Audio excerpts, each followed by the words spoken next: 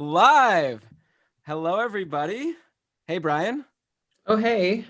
Hello, special guest Max. Hoi, hoi. Hello. Hey, guys. Thanks, Shams, John, Josh in the chat room. Oh, by the way, if you wanted to see like what's going on in the chat, it's just keepingkarlsson.com/live, and then you could not required, but if you're curious, I'll try and pull that open. Me too. Yeah. Well, Brian, you're a pro, so I'm sure you've got that already. John, you're going to be mentioned on the show today, of course. Both your accepted ideas and your reviled ideas. Which one was reviled? The bench spots. That was not reviled. It was reviled by some people. It was beloved by you. Generally embraced. It was my take. I had general interest, and then some people on Twitter, and I think also some people in the Facebook group were like, "This is the worst idea I've ever heard." And no one actually said that. That was the gist. No, it wasn't. That's it was like when you say, I hate Jonathan Bernier. I hate all these guys. It was you take the smallest kernel of negativity, and then I would not play in the cupful if they took away bench spots. No one said that. How bad of an idea this is. 0 people said that. That's the vibe. I'm just telling you the vibe that I got. That's not. We'll discuss it on the show. Oh my god. All right, so let's Brian start our Audacity recording. Yes. Let me just get the right mic here. Boom. Okay, do you need to test anything, or you're confident? There we go. You've been on the wrong mic the whole time? Yeah, you didn't even know. I didn't even notice. I was so excited about the show. Here we go. So you're good on both. Okay. All right. Yeah. So 3, 2, 1, record. Recording. You know, why don't they just call it courting? What do you mean? We're not recording anything. Oh, that sounds like a Mitch Hedberg joke. He's like, with the refried beans, what happens if you just fry it once? There was something there. Maybe it's just as good, and they're just wasting time. And we have a special for anyone live with us or watching on YouTube. We have a. Don't give anything away. Well, I mean, we have 3 question marks and a black screen. Just let it. I don't even notice. I don't know what you're talking about. Okay. All right. Who's Hein? I also miss Mitch Hedberg. I was thinking recently I want to re-listen to some of his albums. Okay. Ready to start the show? Hi, Hi, Hein and Blake Dude McDude. If that is your real name. Is there anything like? Surprised not just Dude McDude. Ian Gooding's ramblings. Bubble Keeper Week. Oh, Brian, did you know that Bubble Keeper Week has started? What is that? It's the Dobber on Dobber Hockey. Yeah. Thing. That's what I'll say. Okay. Yes!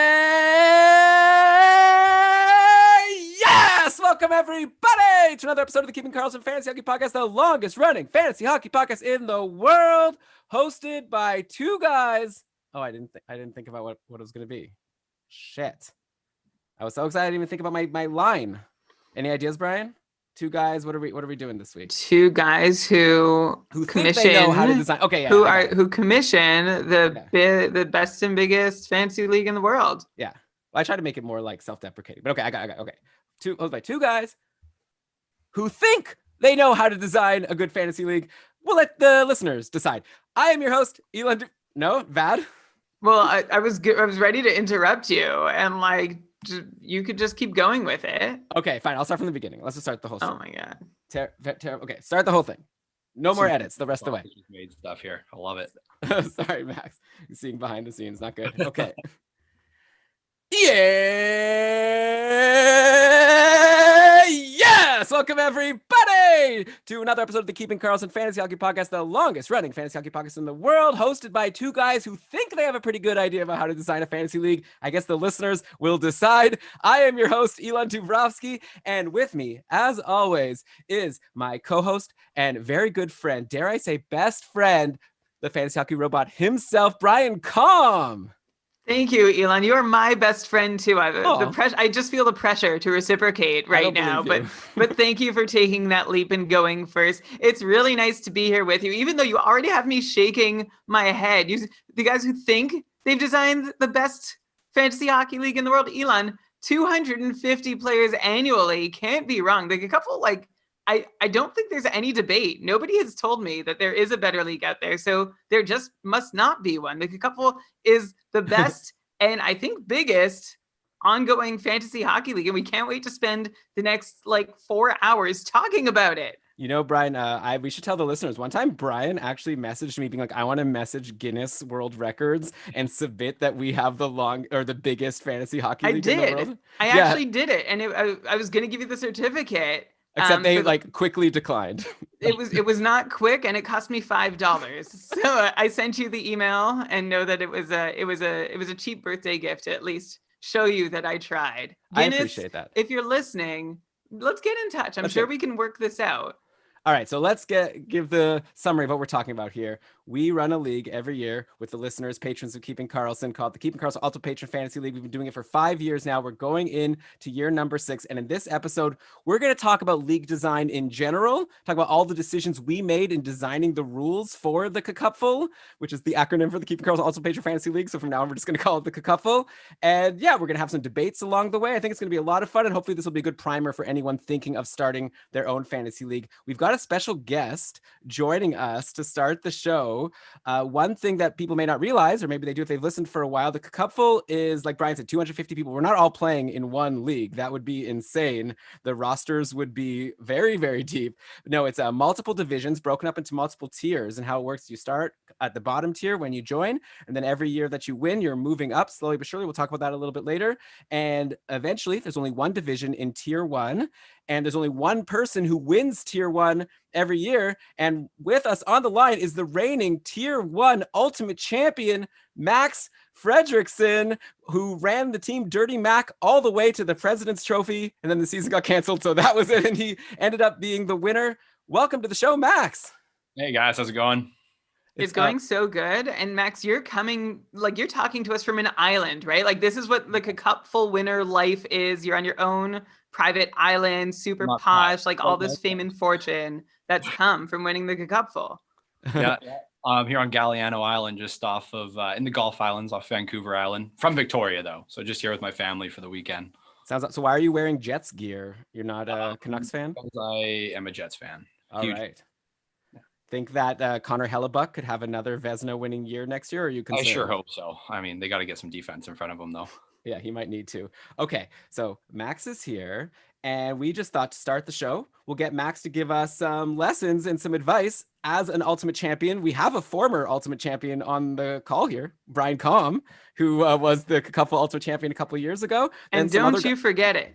Then some other guy won it, and then this year it is Max, and maybe next year it'll be me. But for now, yeah, Max is the expert. Before we start talking to Max, let me quickly mention that we are presented by DobberHockey.com. It's the #1 fantasy hockey website in the frickin' world. Now is a great time over at Dobber Hockey because, Brian, today, November 8th, has started Keeper Bubble.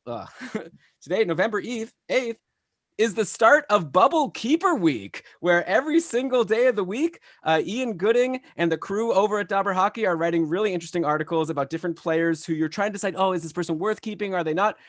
Today's article, I see Eric Stahl, Tanner Pearson, and Patrick Hornqvist, and Tyson Jost are discussed. So definitely check that out and all the other goodness. Articles all the time, dobberhockey.com. But okay, Brian, let's get to our start of the show, which is we're going to chat with Max. We want to ask him a couple things, and then we're going to have a big announcement. But Max, why don't you just tell us about your Cupful journey? Like, how long ago did you start, and like, how did you make it up to tier 1? Well, I believe so. We're going into year 6, and I started 1 year after. So I wasn't in the first year, but I started second year. So I guess that's four seasons now. I won my first year, and then I finished second, I think the second year, and then I actually finished third that second year, but I got promoted due to some people dropping out. So I got a little lucky that year. And then I continued to just kind of climb the ladder a bit and made it all the way up and had a pretty solid season last year, and a little bit of luck went my way, and here we are. You make it sound so easy, Max, but we know the journey to the top is grueling, and to not just make it to the top, but win, because as a past champion, I know what it takes. So like you just said, some lucky things went your way. Take some credit for what you did, but also tell us, what exactly do you think was the key for you last season? Like, what went well for you that you needed to go well? Well, Sveshnikov was really good. That helped a lot. And picking up Matthews too. That's some key acquisitions. And I think last year, my rankings, I was really unsure on a lot of defensemen. So in the auction draft last year, I tried to just make sure I had a decent base of defensemen with some low floors to build off of. And I think that really paid off through the whole year, where some guys were really scrambling to find some defensemen, and I didn't really ever have to worry about it. They weren't great, but I was fine. So didn't have to worry. That was my big thing last year for sure. Nice. Yeah. Well, I just remember being in your division with you, and I thought my team was okay, but I couldn't catch up to you. Like anytime I won a week, you were also winning a week, and you ran away with that President's Trophy. So what advice do you have? We have some new people who are going to be joining Cupful this year who haven't played before. We're going to be trying to convince more new people to do it in this episode. Do you have any advice for them on how to be successful in this league? Yeah, I think especially for the new people, if they haven't played before, it's super competitive. Like everybody's here, they're a lot like paying to play and be a part of the group, and everyone's super interested and invested. So you can't really take anybody for granted. I think everybody knows their stuff. So that's step one. And then step two, I think we're doing is it a new format this year with slow drafts? Am I allowed to say? Yes. We'll talk about that on the show. Yeah, we're going to be doing slow drafts instead of scheduled drafts to try to accommodate more people. Right. So for the slow draft, I definitely have a bit of a different strategy with slow drafts. So tell us more. So advice for that, I've won the last two kind of patron slow drafts we've done too. Oh, nice. It was in my bread basket, so I'm pretty good at that. And my best advice for that would definitely be like, don't overthink your picks, because you have all this extra time. I think a lot of people tend to like, oh, maybe I should try and slide this guy in here. Like, don't go too far off your board. It's always been my big thing. And then with that extra time, I've really just tried to look ahead to who's picking after me and before me. So I could kind of see like, oh, this guy's probably going to take a left wing. Like maybe this is a good time to slide in my top ranked left wing. So instead of really debating over which player to take, more just what position I should be looking at. I like that a lot. So because in a slow draft, and we're going to, like Elon said, we'll talk more about what a slow draft is and what it means and why we're doing it for the Cupful this year. But I've been in those slow drafts with you, Max, and you're right. Like you can just get so in your head about whether you're making the right choice. Yeah. And I love your advice, which by the way is very generous for you to share with all your competitors, that you use that. Yeah. Well, he's not going to be slow drafting, right? He's in tier one. Tier one's still going to be an auction draft. Oh, yeah. True. So that's why he can, but use that time to start to evaluate other people's moves rather than your own. So you can figure out how to best draft for need. I love that.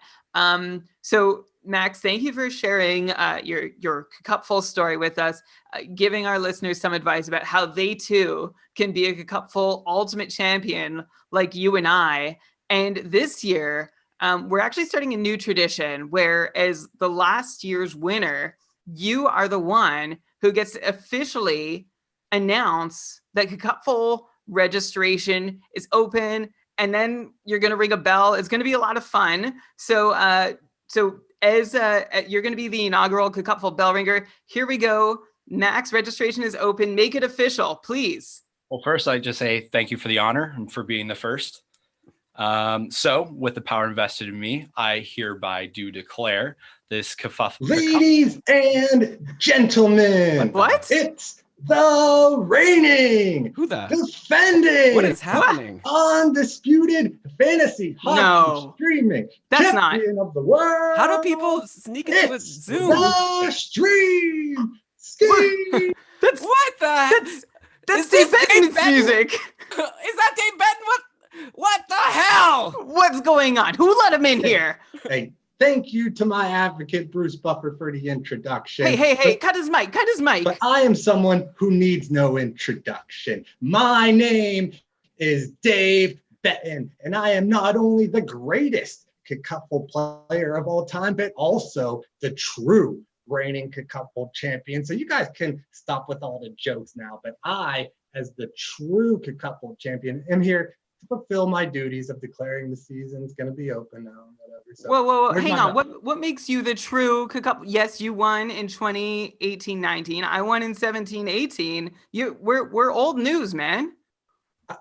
Did Brian say something? I can't hear him all the way down there in tier 3. I mean, this is all about what you've done for me lately. And lately, I'm the one who's still the longest tenured Cupful player. This will be my 4th year in a row. But truly, no one has yet to come and steal the title for me. Last season was moved after the playoffs started. Man, Dave, what right do you have to interrupt our ceremony? I feel like Max is the true reigning champion. Sure, he didn't play through a full playoffs. Not his fault, but yeah, Max is the one who's officially going to ring the bell. But to be honest, it doesn't really matter what either of you say because I'm in tier 1 and next year it's going to be me ringing this bell. So unfortunately, I'll have to get through you two, which will be tough competition, but I'm not too worried.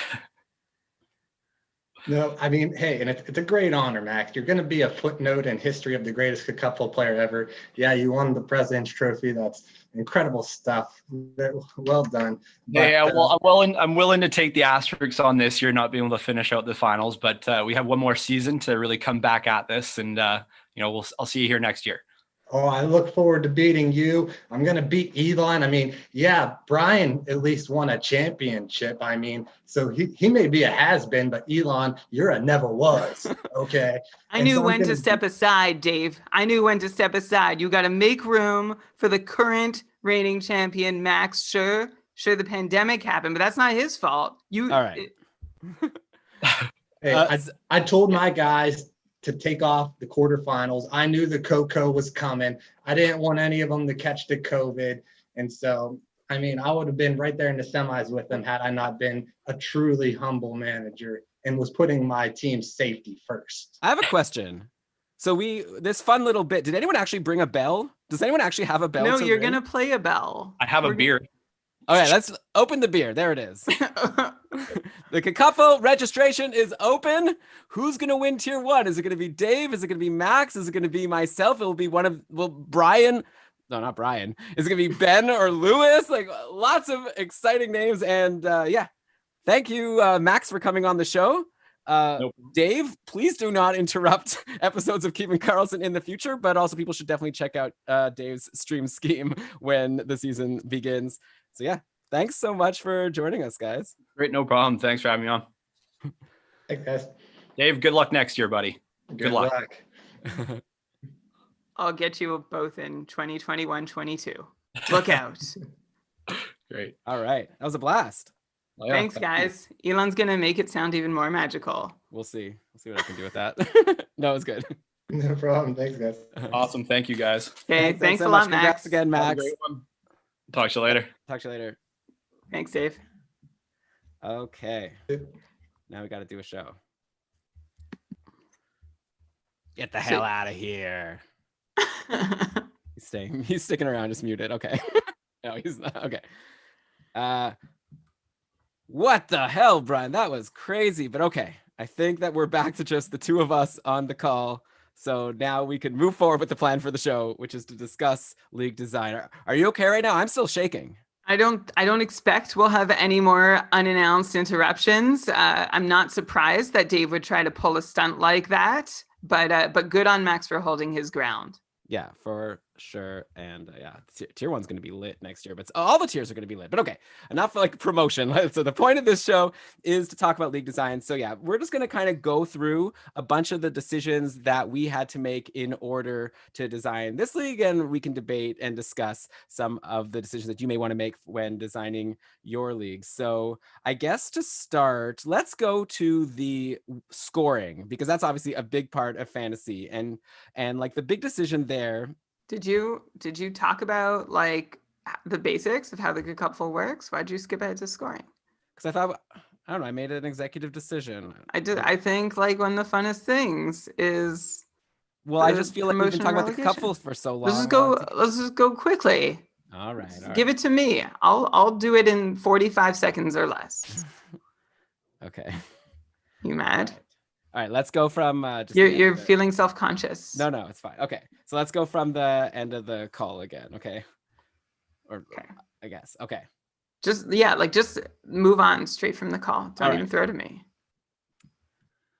All right. Well, now back to the plan for the show, which was to talk about league design and also talk about the Keeping Karlsson Ultimate Patron Fantasy League, which obviously we've been doing a lot here. We want to get you in the basic gist for the Cupful before we get into all the decisions we made to design this league. Like I said, it's a multi-tier league. You start at the bottom, you work your way up. Generally, how it works is you're going to start in like tier 5 or tier 6, depending on how many people sign up. And if you win your division, you jump up 2 tiers. If you come like second, third, or fourth, you're going to probably jump up 1 tier. You might also jump up a tier regardless because of different people not coming back. And then once you're in a higher division, if you don't do well, you're going to fall potentially a tier or 2 to make room for the people climbing up. So you want to just try to do as best as you plan. Actually, a tip for a couple competitors. Let's say you don't make your fantasy playoffs. You still want to try to win that relegation playoffs that Yahoo puts you in, because your final rank, if you come 8th versus 10th out of 14, that's going to make a big difference. And also to clarify the structure of the Cupful is each tier has the same number. And another thing to clarify about the structure of the Cupful is it's shaped like a pyramid in how you climb it. So tier number 1, there's 1 division that is the ultimate championship division. Then in tier 2, there are 2 divisions running parallel to each other. In tier 3, there are 3 divisions, tier 4, 4 divisions, and so on. So the higher you climb, the fewer spots there are in that tier. And of course, your goal, as Elon said, is to rank as high as possible in your current tier so you can get to the top. Now, in the past, you've had to go, a year at a time, chip away, jump 1 or 2 tiers a year on your way to the top tier. But we have this brand new feature this season in the Cupful that we're really excited about, because it means if you've never played in the Cupful before, or if you have been and you're like still just working your way up to tier 2 or below, there's a new way into tier 1. Yes, we're calling it the Cupful Fast Track. It was recommended by patron and good friend of the show, John Newhold. And basically how it's going to work is in the Cupful, since it's a points league on Yahoo, at the end of the season, we can see how many points everyone had across all of our divisions. And last year in Marcus's stat attack, which he was sharing, by the way, did you know that our league has a podcast and also an awesome spreadsheet that Marcus updates all the time? And so he would rank every single Cupful competitor in like all 18 divisions by total points. And we decided the person who has the most points out of all the divisions at the end of the regular season, they're earning a fast track right to tier 1. Don't pass go, nothing, no questions asked. So you could join next year and you could be in tier 1 the following year. I don't know if it's a coincidence that John, who made this suggestion, is also the person who would have fast track to tier 1 if this rule was in place last year. So John's going to have to be in tier 3 this year. But yeah, whoever can have the most points will be jumping to tier 1, maybe even ahead of John. So I'm really excited about this. And another reason maybe to sign up, because it doesn't necessarily have to take you so long to climb to the top. Yeah, if you are good enough to prove that you are the absolute best fantasy hockey player in the Cupful, you just jump straight up to the top and play against the big guns the next season. Of course, that makes it that much harder to hold your spot in tier 1. As Dr. Dre once said, it's not getting all those riches, it's keeping them once you have them, which is why, there's a lot of turnover in tier 1. Only the top, Elon, the top 6? Yeah, only the top 6, unless one of them ends up if someone in tier 1 ends up winning the fast track, then I guess they'll still be 7. But okay, yeah. So by the way, John's here in the chat and he's saying he's just gonna have to repeat and win it again. So that would be pretty phenomenal. So that's one exciting thing happening. Brian, are you ready now to get into the actual format of this league and also just general decisions that we've made along the way and decisions that maybe we could help other people decide for their leagues? Yeah. So if you've been a Keeping Karlsson listener for a while, you know that every season, or most seasons, we release this fantasy hockey architecture episode. And if you haven't heard them, just like you can find them in our feed still, and they're still relevant. And they include our whole decision-making process for building the Cupful, for building any league, but then it's morphed into the Cupful, start to finish. So now this episode here is where we're going to just go through summarize all of those episodes, squish them into one, and give you where we stand on each league option here. So if you're a commissioner of your own league, or you're thinking of starting one, or you want to argue with your commissioner about the setup in your league, we're going to give you all the choices we've made in setting up the Cupful to be the most fun and competitive league, because those are two things that you sort of have to balance. What's fun and then what's competitive. There's a balance to walk, and we'll describe how we did that as we go. But yeah, as we go, we'll describe that as we go. Just tell me to take it away. We're saying, Go. so Elon, where are we starting? Okay. As we go, but enough talking about what we're Well, going to no, talk I about. said as we go with no pause. Okay. As we go. Okay, but enough talking about what we're going to talk about. Let's talk about it. Elon, take it away. What is the first key decision that we've made for the Cupful? Okay, yeah, I think that this is like an obvious decision that people have to make in a lot of leagues. And actually, I think this really ties in well to what you were saying, Brian, about deciding if you want your league to be like more competitive versus more fun. Because I think this decision really is going to dictate that. And that's how you want to score your league and decide the winner. So in the Cupful, we do a head-to-head league, which means that every single week you have a matchup against another competitor in the league, and it's your team versus theirs. And it doesn't matter what everyone else in your league did. It's just you versus your competitor. Whoever wins gets the win. Whoever loses gets the loss. And then at the end of the season, whoever has the better regular season record goes into the playoffs, and then you have a playoff of the top ranking teams to determine the ultimate champion. So that's a very common way to play. Another common way to play is to just draft your league and have your teams, and then you just count the points for the whole season, a season-long league, right? Whoever at the end of the season accumulated the most points gets the win. And there's no concept of like me versus you. It's just everyone's against everyone competing for the most points. Then that could become even more specific. And you could do this like league. It's called a roto league, where it's also season long, but you're competing in each category separately. And you're seeing where you rank in that category, and you get points for how high you are in each category. But like the main decision here is like head to head versus season long. And to me, Brian, I think this is like the real fun versus fair debate, because head to head, let's just say it, it's not that fair. Like I could be against you in a Cupful division where there's 12 other teams. And let's say I had the second best week of all of the teams in the division, but I happen to be playing against you who had the best week. I'm going to lose, even though I would have beaten everybody else. All of a sudden I'm falling in the standings, even though I'm like one of the best teams in the whole division. So that could kind of stink. And yeah, so it's not that fair. But I will say the counter argument is that's a lot of fun. I love head to head because you get to have that rivalry against the person you're playing. Also, it's like the fantasy playoffs. Like, come on, what gives you more adrenaline than being in a playoff matchup, a do or die in a season-long league? You might know by February, or I guess this season maybe it'll be more like March, because who knows? You know, the season's only starting in January. But you know what I mean? Like, you might already know 2 weeks out, 2 months out. You might already know 2 months before the end who's probably going to win, and everyone else is like, okay, I guess I didn't win this year, and that's kind of it. So I think to me that's a big decision about fun versus fair. And in the Cupful, we decided to go with fun. We decided to go with head to head, even though it's not the most fair. Yeah, another great thing about head to head is like the entry point to compete again can be anywhere in the season. Like if you do fall off for 2 or 3 weeks, you just need to focus on winning the next one that you're in. Sure, maybe your team could use some work to try and climb back in and be a competitive team in a given week. But you get to start with that clear slate every week, which is one reason why head-to-head works as being like a fun and engaging way to do things.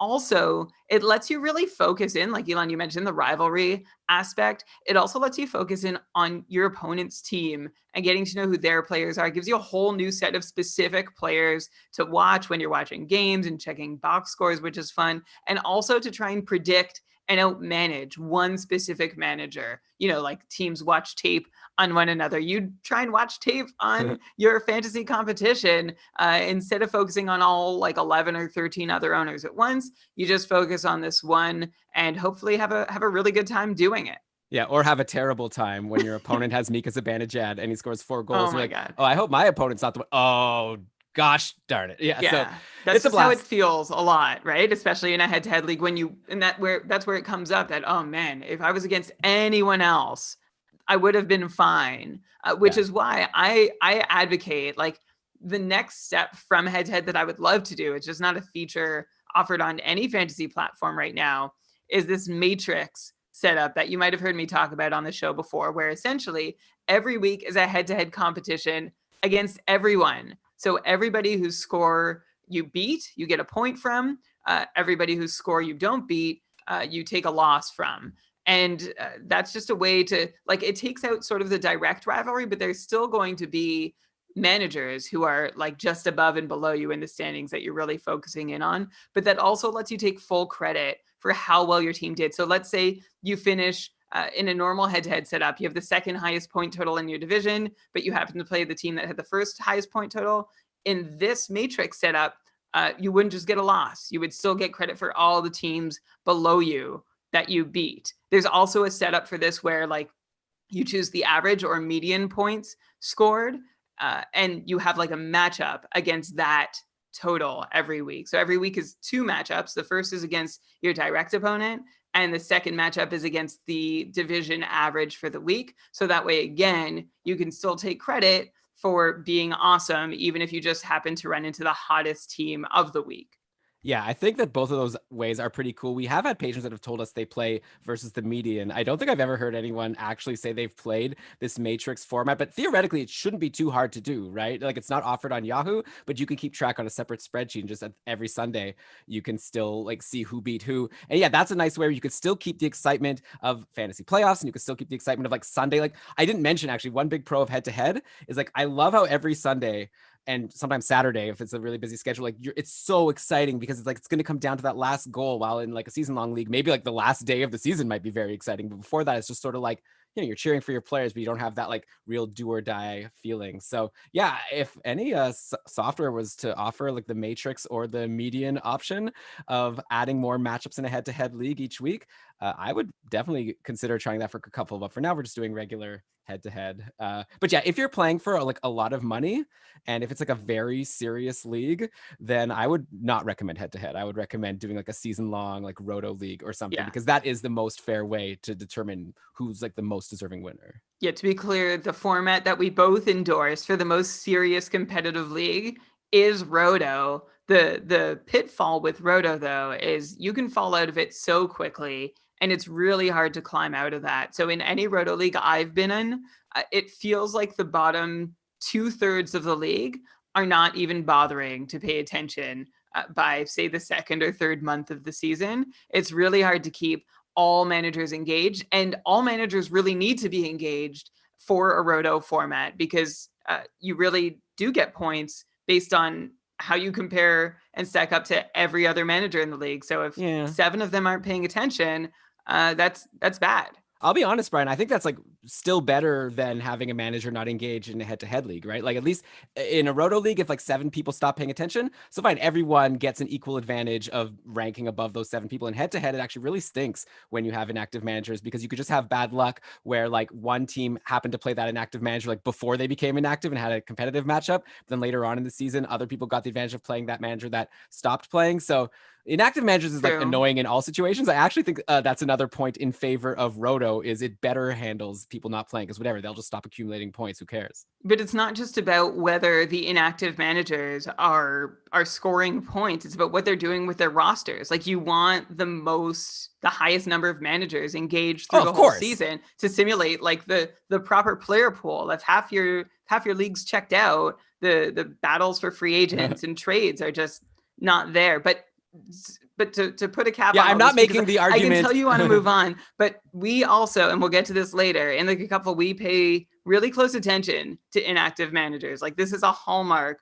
of our league. We don't let it happen as best we can. We do everything in our power to spot and then fix any inactive teams, and we'll get to that towards. Let's just get to it now. It's okay, Brian. Okay. We could jump around. What do we do for inactive managers, Elon? So first of all, what do we mean by an inactive manager? So I think these are the 2 things that should be considered the minimum that you expect from a manager in your league. And I'd say like if a manager only does these 2 things, I think it's fine. Like if that's all they want to do, that's fine. But I think they should be setting their lineup every day. And obviously it gets more complicated if you have like a maximum number of games per roster spot, then they might not be setting their lineup for specific reasons. But assuming it's a league where, you know, you just want to play your players because you're going to get more points, then yeah, they need to be playing their players every day. And it's if someone has like players on the bench when they had an open roster spot on a busy day, that's like an inactive manager. That's unacceptable in my opinion. And number 2 is if they have an injury, they should be putting their injured player in the injured reserve, and then they should be picking up a replacement out of free agency. So basically they're filling their lineup as best they could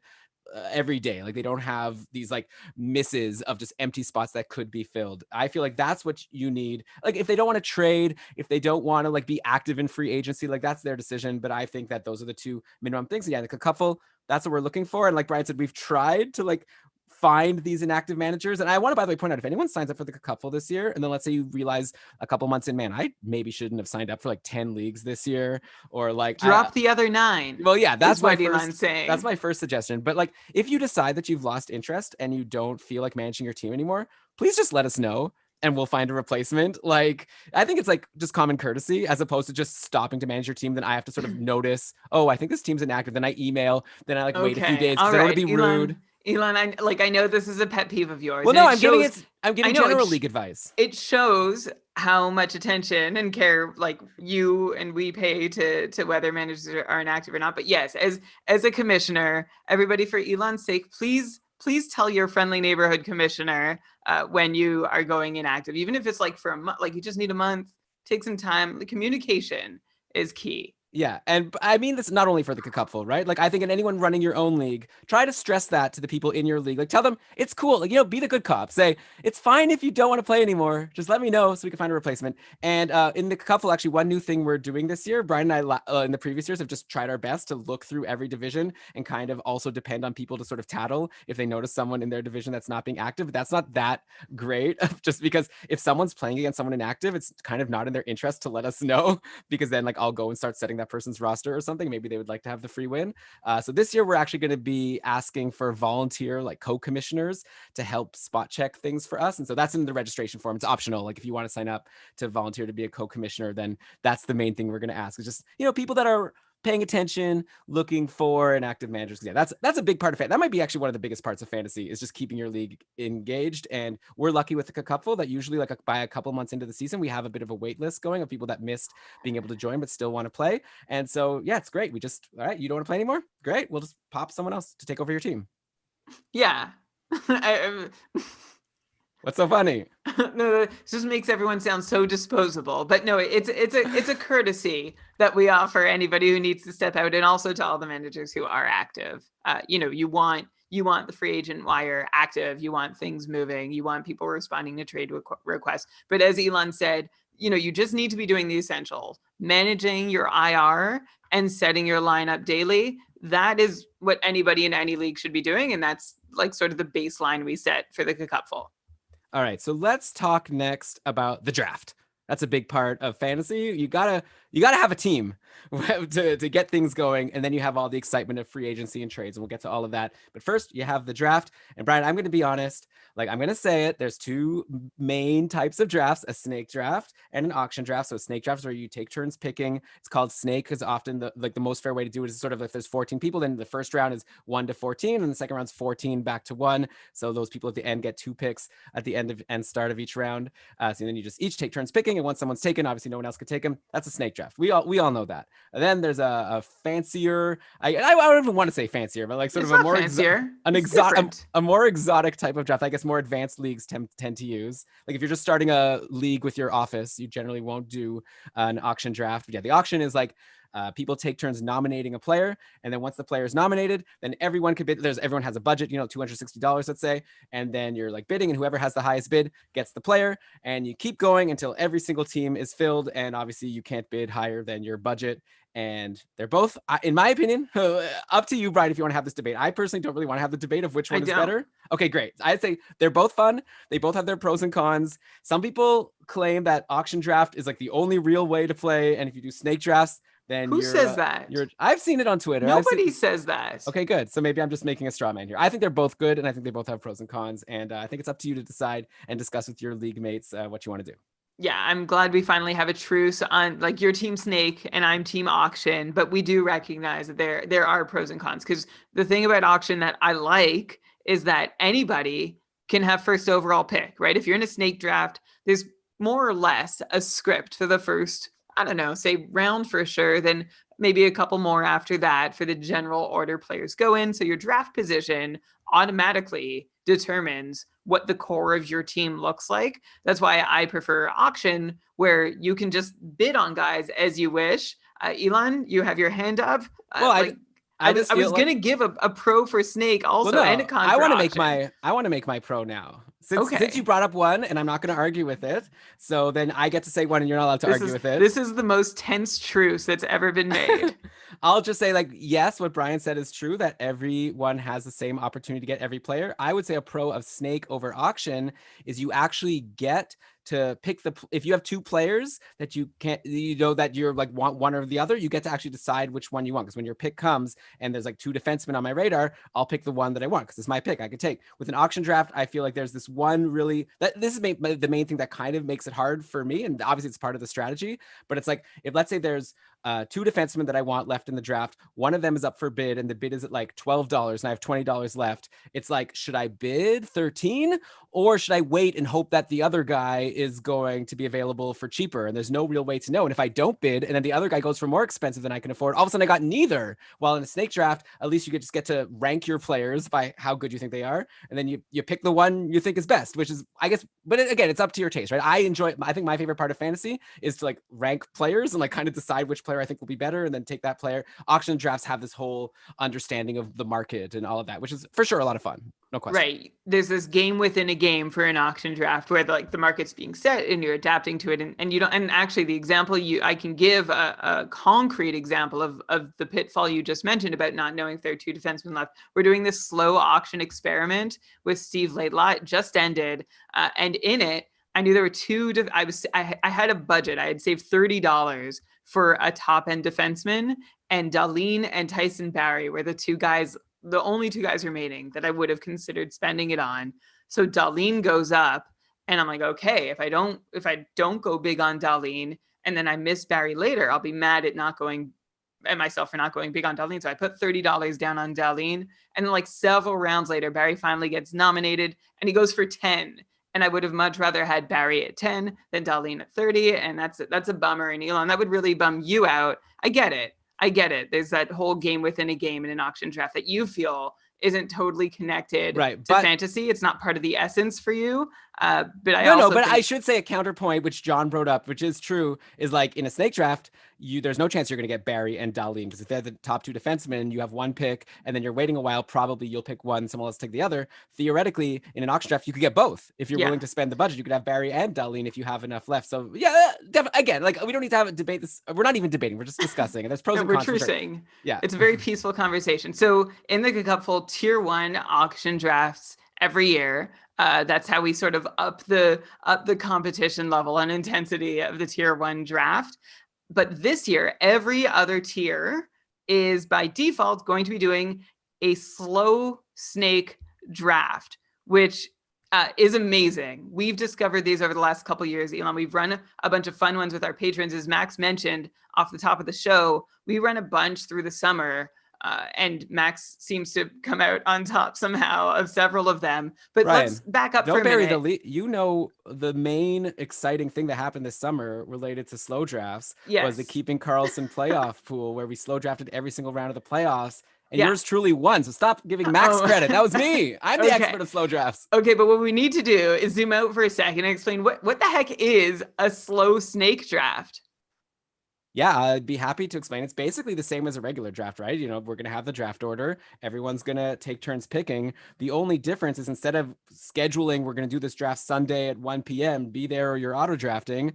It's just like the draft could go on for like a couple weeks. And this is a service not offered by Yahoo, unfortunately. It's actually offered by Fantrax. So what we're planning to do for Cupful is to draft on Fantrax, and then we'll move the teams over to Yahoo, because that's what we want to use for the actual league. But forgetting about all that, basically, every pick, instead of having a minute to make your pick, you might have like 4 or 5 hours to make your pick. And actually Yahoo also gives you the ability to pause it overnight. So we'll set all those settings. We'll probably do like 4 or 5 hours per pick. You said Yahoo gives you Fantrax. Okay.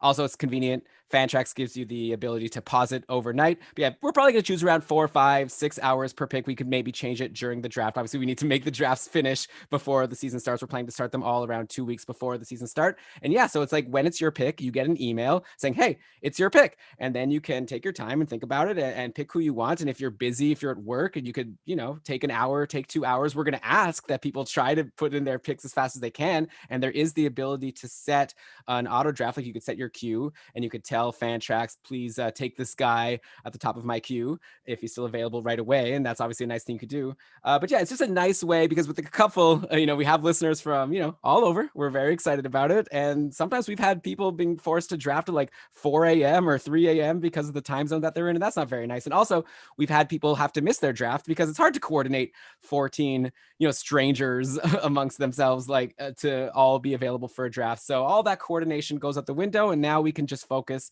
on getting everyone in their draft. And actually one other really fun thing about slow drafts that we discovered, which I think really tipped the scales for us, is it's really fun to have a chat room with the people you're drafting with. And like when you're in a draft normally, like when you make a pick that other people wanted, you'll see a couple of people in the draft chat, be like, oh, I really wanted that guy. Oh no. But then all of a sudden that moment is fleeting and it's over. Like to have this like chat room where you're just all day chirping and being like, oh, okay, guys, don't mess up my queue, please. I've got 5, please don't. And then, oh, I hate you. So, and just the whole discussion and like, oh, I wish I wanted this player. And now you guys are so dumb for taking that player.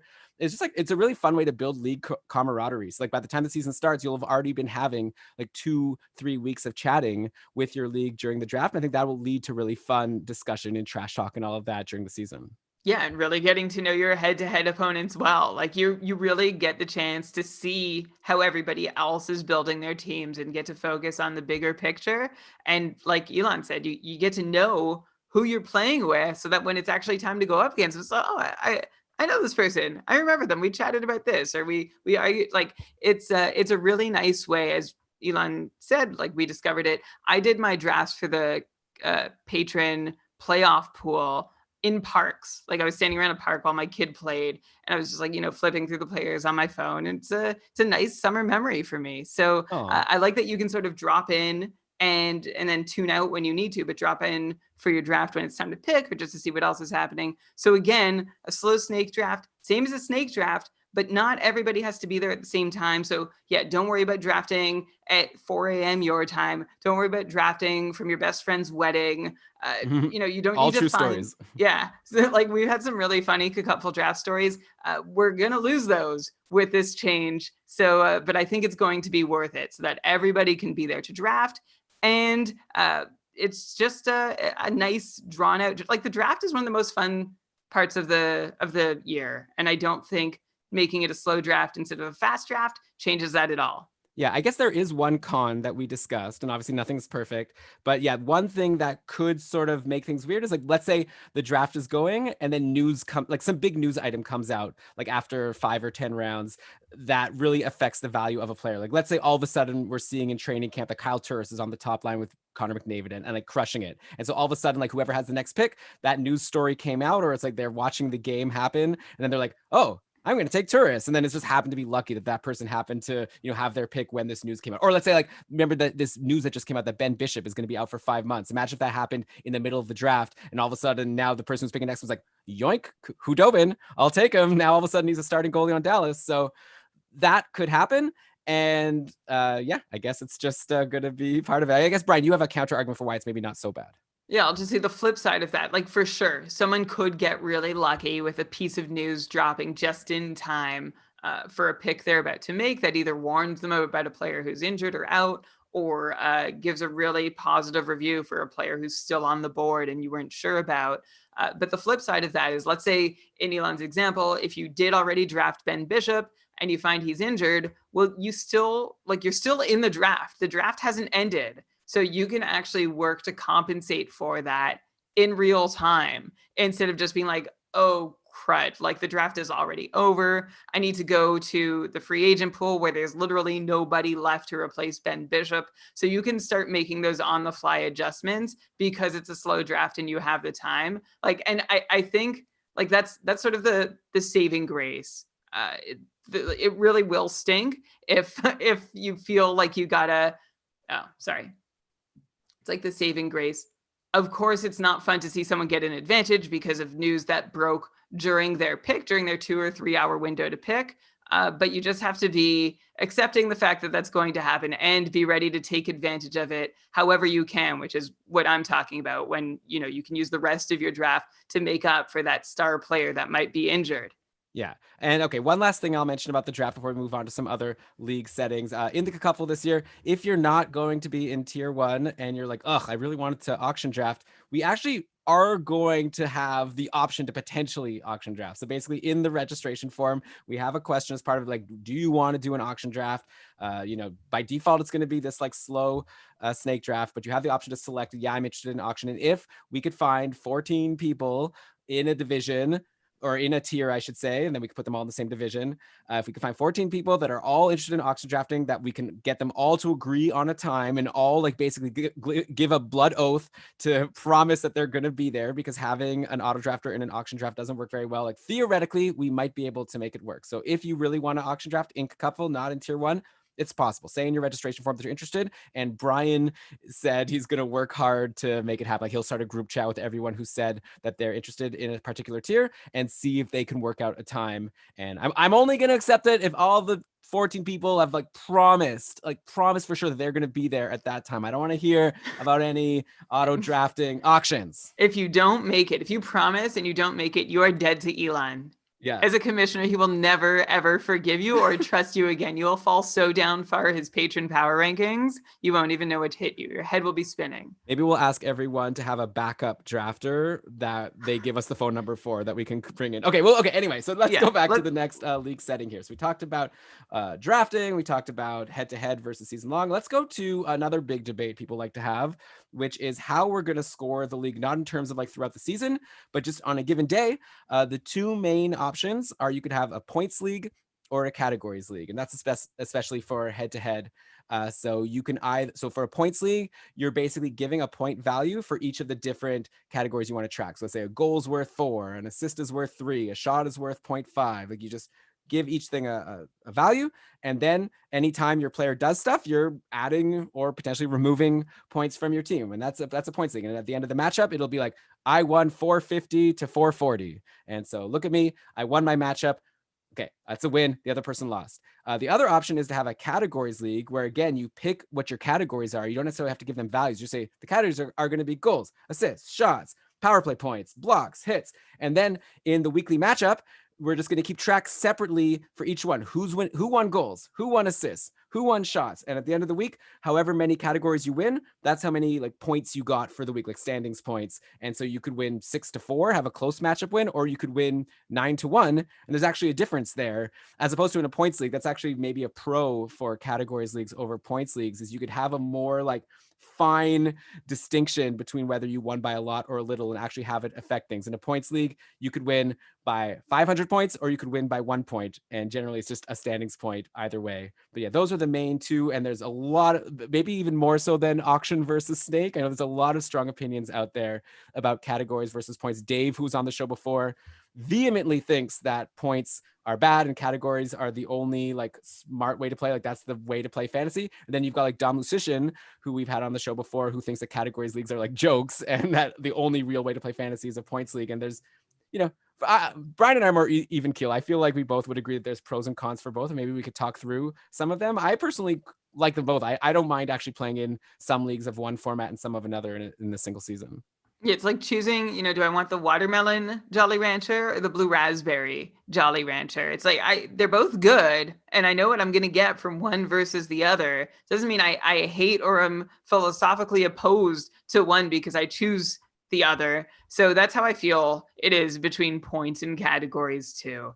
They're both legit fantasy games. They're both different fantasy games, but I like points because it really levels the playing field for everybody going head to head. Oh, sorry. I'm really just, what do you do? Are you okay? Yeah, Dina's in the room and she needs something. So Okay. She needs to look for it. Okay. But you could keep talking. It's I don't know so if Dina hard where to your talk. charger- Oh, Well, here. Got it. Okay. okay. You could Are we good? Yes. Okay. Now I don't remember where I was. So maybe I'll just go from the start. So why did you stop? Because I was so distracted. Like I was already like not making sense. Oh, so good. So then probably it is good to restart and try to see Here if we it go. makes sense.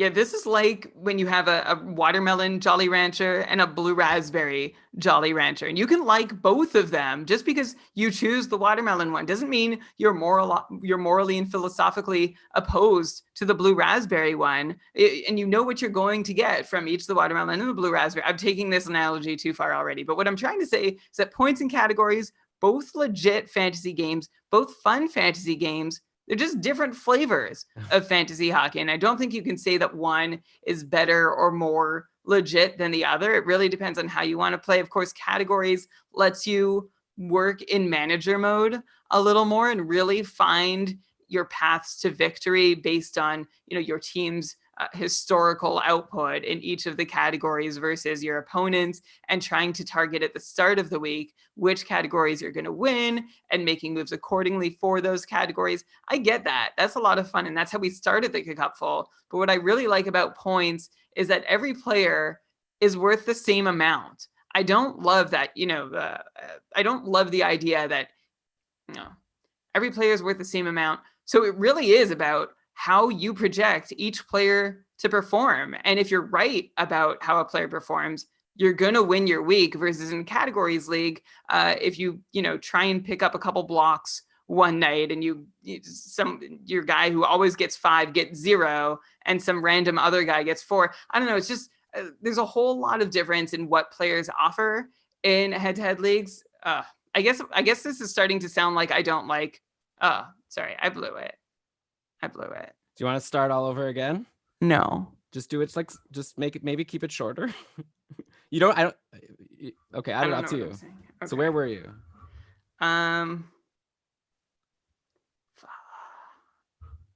Okay, I'll start over. No, I don't want to start over. Okay. I mean, do you want me to just go? Why don't you just say your Jolly Rancher thing, and then I'll jump in and say some pros and cons. I've got it already. Okay.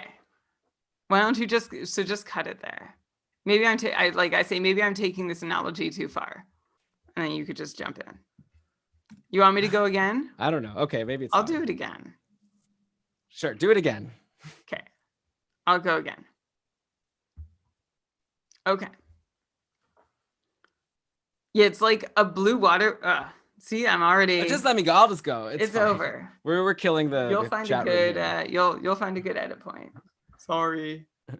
Yeah, Brian being very diplomatic, trying to say like both are good. It just depends what you want. Some people obviously disagree and think one is better than the other. I think like it really depends what you want to get out of your fantasy experience, right? Like definitely for categories leagues, there's a lot more strategy to it. I would say there's a lot more different strategies that can be at play where you could look at your week and try to decide like, okay, my opponent has a lot of hits already. He's going to for sure crush me in hits. So I don't need to go for hits, guys. Let me go for assists, guys, because I think that's going to be close. So you can really sort of hone in on the categories that you need to focus on. Also, when you're drafting, I think there's a lot more, obviously there's like, you have to you can't just rank people by taking projections and then calculating how many points each player is expected. You already have a lot of goals because you don't need more goals, because at the end of the day, you're just going to either win or lose, which is actually a pro, I think, for points leagues, because you're going to get credit for each goal you score. Each goal you score is another point. While in a categories league, it's really annoying if like I really need an assist, but my player scored a goal. So I'm like sad that my player scored a goal and didn't get an assist. And normally you should be happy when your player scores a goal. So yeah, there's pros and cons. I also think with categories, trading becomes a bit more interesting, because instead of all players sort of just, falling in this list of like, I think this person's get this many points. Obviously, like if you disagree on how many points each player is going to get, that's where you can make trades happen, buy low, sell high, and all of that. But with categories leagues, you could actually have a win-win trade where like I need assists, you need shots on goal. Let's make a deal. For sure. And we've talked about strategy in categories leagues that way before too. Like, should you trade from a position of strength, or like, should you actually just keep it a position of strength rather than trying to be average in every category across your league? And that's actually a question that often comes up in like our Facebook and Discord groups for team management. I guess that's another question. One thing I do like about points leagues though, and Elon, you sort of just touched on this, is that every player is worth the same. And while that might sound boring to some, it also really does make it a straight up who is right about each player kind of game, where if you project a guy accurately, you're going to get the credit for it. It's not going to be, oh, well, he didn't fill this category enough, as you already talked about, Elon. It's just, okay, this is straight up in our scoring format. the best player. I'm putting my money on this player saying that's the case, and everybody else is doing that. So that's one thing I like about points leagues, where every player is of equal value to every manager.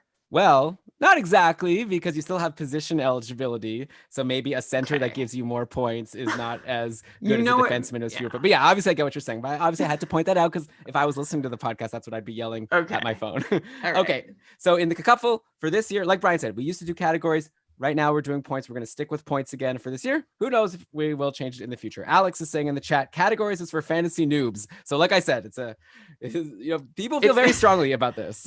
It can be very tense. It can, and I like that we don't.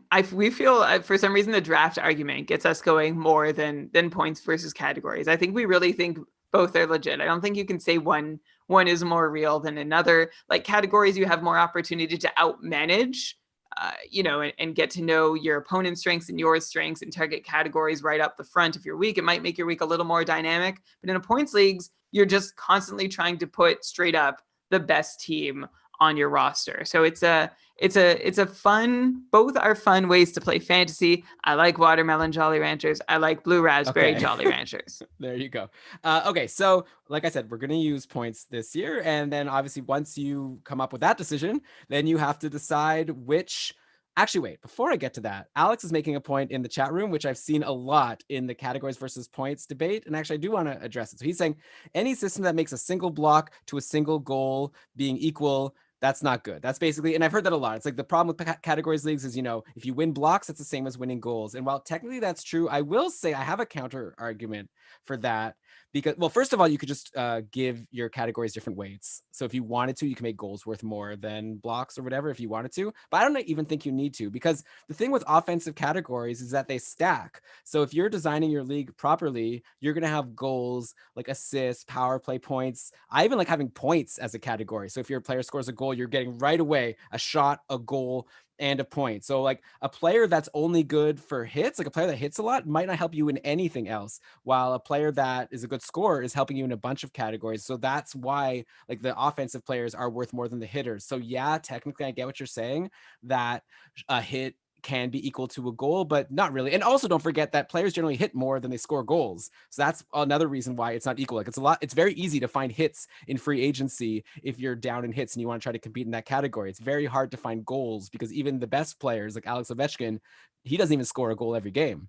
But someone like what's his name? What's that guy that Ottawa just got rid of finally? Borowiecki. Someone like Borowiecki, he's guaranteed to give you like multiple hits every game, and you're never going to see Borowiecki not get a hit. Like even the great Alex Ovechkin sometimes doesn't score a goal. So that's my like counter argument to what Alex said, but I do get what he's saying.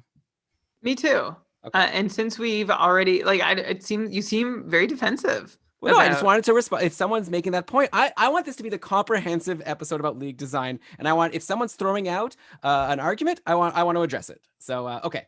But next, once you've decided on your scoring setting, and like I said, we're using points, then you got to come up with, first of all, which things to track and how much weight to give them. So in the Cacuffle, we've gone with the following, and we've been using this system pretty much for the last 3 years with a few little tweaks here and there, and we could discuss them. But we go, goals are worth 4.5, assists are worth 3, shots are worth 0.5, hits 0.25, blocks 0.5, shorthanded points 1. That's it for our offensive or skater categories. And then for goalies, we have wins are worth 2, saves are 0.35, goals against -2, and shutouts 2. And no, you don't need a pen and paper. If you're interested, you could go to keepingkarlsson.com/league or keepingkarlsson.com/cacuffle. They'll both take you to the same place, which is our rules doc, which breaks all of this down if you're interested. And I like this setup, Brian. Like we actually had a question in our event on Facebook. Norm asked, let me just make sure I have this right. Oh, no, sorry. Alex from the chat here. We actually had a question in our Facebook group. Alex asked, what is the process for assigning point values for each metric? Did you go over them from last year and adjust? And so, I remember when we designed the system at first, like we actually went through quite a big experimental phase of trying to figure out what's the best weightings. I think the best way to do it is you make a big spreadsheet of all of the players and how they did in all the different categories. And then you start playing with different weightings and see how that'll affect the rankings. And I think you kind of want to look at your player rankings and see if you're happy with it. Like you don't want, if you see that I don't know, like pick a player that's really good. Like if Mitch Marner is like 200th in your rankings because assists aren't worth that much, then maybe you're thinking like, do I want Mitch Marner to be the 200th ranked player in my league? So I think that's like the general gist, but we could dig into the specific scoring settings that we ended up with. But I think that's like, that would be my advice to you if you're trying to come up with the point totals for your league. Yeah, this is how we did it, right? We had a bunch of different possible scoring configurations, and we ran the numbers and ranked players accordingly in each configuration. We eyeballed them all and said which one looks right. And actually, that had probably had the biggest bearing on how we decided to weight goalies, which is a whole, like, we'll get to that part of the conversation. But there was a moment where goalies, were littering the top 30 of ranked players, and that didn't feel right to us, like that they had outsized value. So you can still see also if a centerman or a face-off winner is going to have outsized value. You really get to look by using the previous numbers stats with your proposed scoring system. So we did that. We've used it a couple of years. Like Elon said, we tweak it here and there, but I think we've landed on something really, really good. Like the couple points, I still like it just feels like it makes intuitive sense. So Elon, without any further ado, let's share. So for the skaters, I did, Brian, I said the whole thing. Oh, sorry. Okay. Remember that whole point when I was saying a bunch of numbers? Yeah. Okay. So you can just cut me. Well, I don't want to cut you off. Could you just go share. from like what you were saying before? You said without further ado. Okay. What was I saying? I don't know. You were saying about how we like tweaked it and you feel like it's like really we've good. landed on something. We've landed on something really good. Yeah, that's fine. Just Well, yeah, from there. but can you just say that sentence again in case you sort of, I think you like Okay. jumped right into the next thing. As you've said, we've tweaked where we saw fit and have landed on something that we think it just feels intuitive. It feels really fair and reasonable. And there's no weird big surprises that have popped up during the season. So to me, that makes it a really strong point system.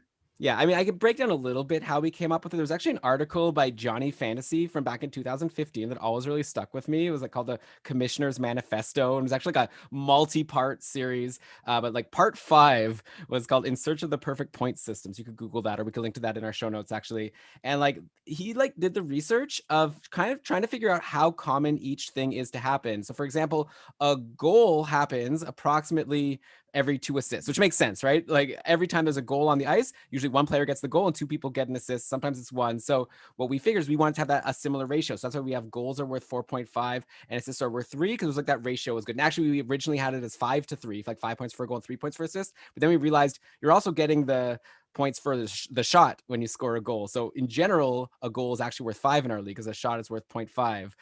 So yeah, that's kind of how we came up with this like 5 to 3 ratio of goals to assists. Also, like in this article, it talked about how generally a player will score 1 goal for every 10 shots. So that's, why we have it being a shot is 0.5 and a goal is worth 5 or 4.5, like I said. So we kind of like went from there and figure out like how common these different things are. And that's, I think, a good way to start coming up with your point system. Let's talk about some notable omissions, like categories we didn't include in the point system. Because one that we decided last year, I believe it was power play points. And that was actually something that surprised a lot of people. You may have noticed we have goals, assists, shots, hits, blocks, and shorthanded points, but we don't give points for power play points. And the reason that we decided not to is we realized, like, when you look at the couple leading scorers from last year, the best power play players are already at the top of the list, right? And then that makes sense, right? Because if you're going to get a lot of power play points, that means that you're getting a lot of points. If anything, the fact that this player is getting power play time and getting to get these easier points, that's the reason why they're at the top of the scoring league. And that's why they're already so valuable. So we didn't feel we needed to give them an additional boost by giving you an extra point for scoring a power play point. You already had that advantage from just being on the power play in the first place. Like this year, the top power play forwards were like Draisaitl, Pasternak. It's the same people at the top of the list were the people who were at the top of the power play list. So that's why we decided to leave it out. I guess the con of this decision, because again, with all these things, there's pros and cons. This hurts the rankings of defensemen who get a lot of their power play points through assists if you're in a league like ours where assists are worth less than goals. So I know it's like Torrey Krug ranked 127th in our points behind Evgeny Kuznetsov, even though Krug had 28 power play points and Kuznetsov had only 12 power play points. So you might say, oh, the reason why you want to give an extra bonus for power play points is because you want to help these defensemen. But in my opinion, like you already want to value a Krug over a Kuznetsov because of value over replacement. Like you need to fill your defense spots. So I feel like defense already has extra value because it's so hard to replace the top ones. Yeah, so I think you made a really good explanation for why we don't count power play points, because you're getting credit for all of that already, and adding in the power play point piece just makes those players too far in another stratosphere. Like they could be too overpowered if you include power play points. We have a question in the chat from S. Kafka who says, I don't get why you would include shorthanded points, but not power play points. So yeah, we award one cupful point for every shorthanded point a player scored. And my answer for that is that it's pretty cool to see a player do something shorthanded, and especially if they're an offensive player who's going to be on your roster anyway, and they're such a great defensive and two-way player that they do get that shorthanded time to work with. To me, that's something like that they really earn, that's separate from their usual offensive role. So I'm happy to give them credit for that extra element that they have in their game. Like the power play element is very similar to the 5-on-5 element, right? It's just like they're really good at passing and shooting the puck. But the shorthanded piece, they're trusted with penalty kill minutes. To me, that's a fun way to find a reason to reward a player who does get those responsibilities. And also, like there's like this whole evolving piece about power killers, right? Guys who play on the penalty kill, but actually are super dangerous for forcing turnovers and getting legit scoring chances while shorthanded. Brad Marchand has long been one. Sebastian Aho is becoming another. It's a really fun, new evolving piece of the game. And if you can find those guys and add some extra value to them, I'm all for it. Yeah, like at the end of the day, it's not like a big part of the league's scoring. Anyways, like I don't think that shorthanded points have decided many weeks in the cupful. Like we're talking one extra point out of the goal, which was already worth 4.5, or the assist that was already worth 3. But like you said, Brian, I think it's just like it's really hard to get a shorthanded point. So I think that it's cool to get a reward for it's a bonus. But like we said, like power play points, the best players are already getting a bunch of power play points. They don't need an extra reward for. So that's why we made that decision. And just to mention, like if we were in a categories league, we would never include shorthanded points, right? Because they're so rare that if you had a shorthanded points category where you get a whole category win, depending on if you had more shorthanded points than your opponent, it would be so random. Like some weeks it would be like 1-0 or 2-1. So it's like, it's a nice thing that you can give a reward for in points league, but I would never include it in a categories. It's actually the same argument I would make for shutouts for goalies. Like it's nice to give a bonus number of points for shutouts to a goalie, because why not? Like they just got the shutouts. It's exciting. You're watching like, boom, I just got an extra 2 fantasy points. But if your whole week depended on like your 1 shutout versus your opponent's 0 shutouts, that wouldn't really be fair in a categories league. So I think these rare events, which actually I guess is a good reason, an argument for points leagues over categories leagues, is you could reward these rare events, and you maybe wouldn't want to do so for a categories league where that will like sway the whole week. Yeah, you took the words right out of my mouth, because shorthanded points like shutouts are super variable, right? Like it's pretty random where they pop up, and there aren't so many that they're constantly coming through a season. So it's just like this extra bonus that you might get every third or fourth week, or you might get 3 of them in one week and none for the next 5. And so it's not something that's going to really change the whole landscape of your fantasy league, but it might be one key moment. And like you also said, Elon, it is a reason to favor points versus categories. If you do like categories for shutouts and shorthanded points, those really are just coin flips week to week. Generally, like I mentioned, there are a couple guys you could load up on to try and weight the odds in your favor, but really you're just hoping that you happen to get a shutout or a shorthanded point when your opponent doesn't in a category league. And in the points league, it's just like a, hey, here you go, little head nod. And if you really needed it, congratulations, you got it at exactly the right time. Yeah. Okay. So then some other categories that we didn't include that a lot of other leagues use are, I'm just going to rhyme some off, like plus minus, penalty minutes, game-winning goals. These are all very popular, and we've long disavowed using these categories. Like obviously, if you're just like wanting to make this a more strategic game and you just want to have more things to track, then sure.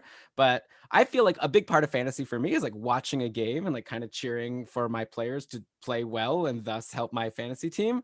And really, like we've discussed, like, I don't know, do you want to give your rants on plus minus PIMs and game-winning goals? Game-winning goals, by the way, is the worst. I'll do the rant for game-winning goals, because that's not like a game-winning goal is great. Like, obviously, that's not a bad thing a player does, but it's like it's so random. Like if a player scores the goal that makes the game 2-0, and then by the end of the game they ended up winning 2-1, so that second goal counts as the game-winning goal. That wasn't like a clutch goal. Like I could see giving an extra bonus for like an overtime goal or like a third period goal that broke the tie. But game-winning goals to me is like too silly of a category because so many goals get counted as game-winning goals that weren't actually like clutch, which is the thing I think that category is trying to measure.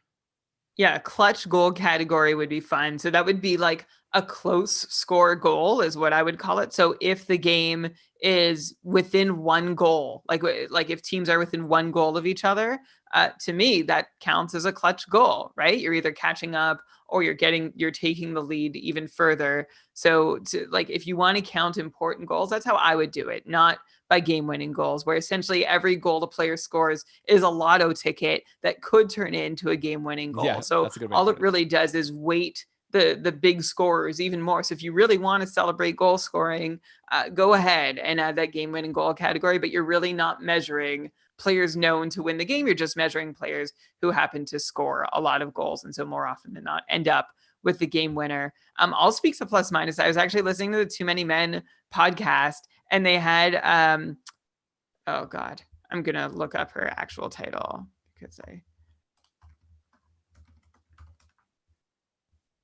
By the way, go Hollywood. We're gonna talk about playoffs next or soon, so we'll explain that. I was actually listening to Too Many Men podcast, and they had on the Seattle. Is it Kraken or Kraken? Oh my god, Kraken! I know, Kraken. Kraken. I don't know. Sorry. Okay. And they had on the Seattle Kraken's director of hockey strategy and research, Alexandra Madricki.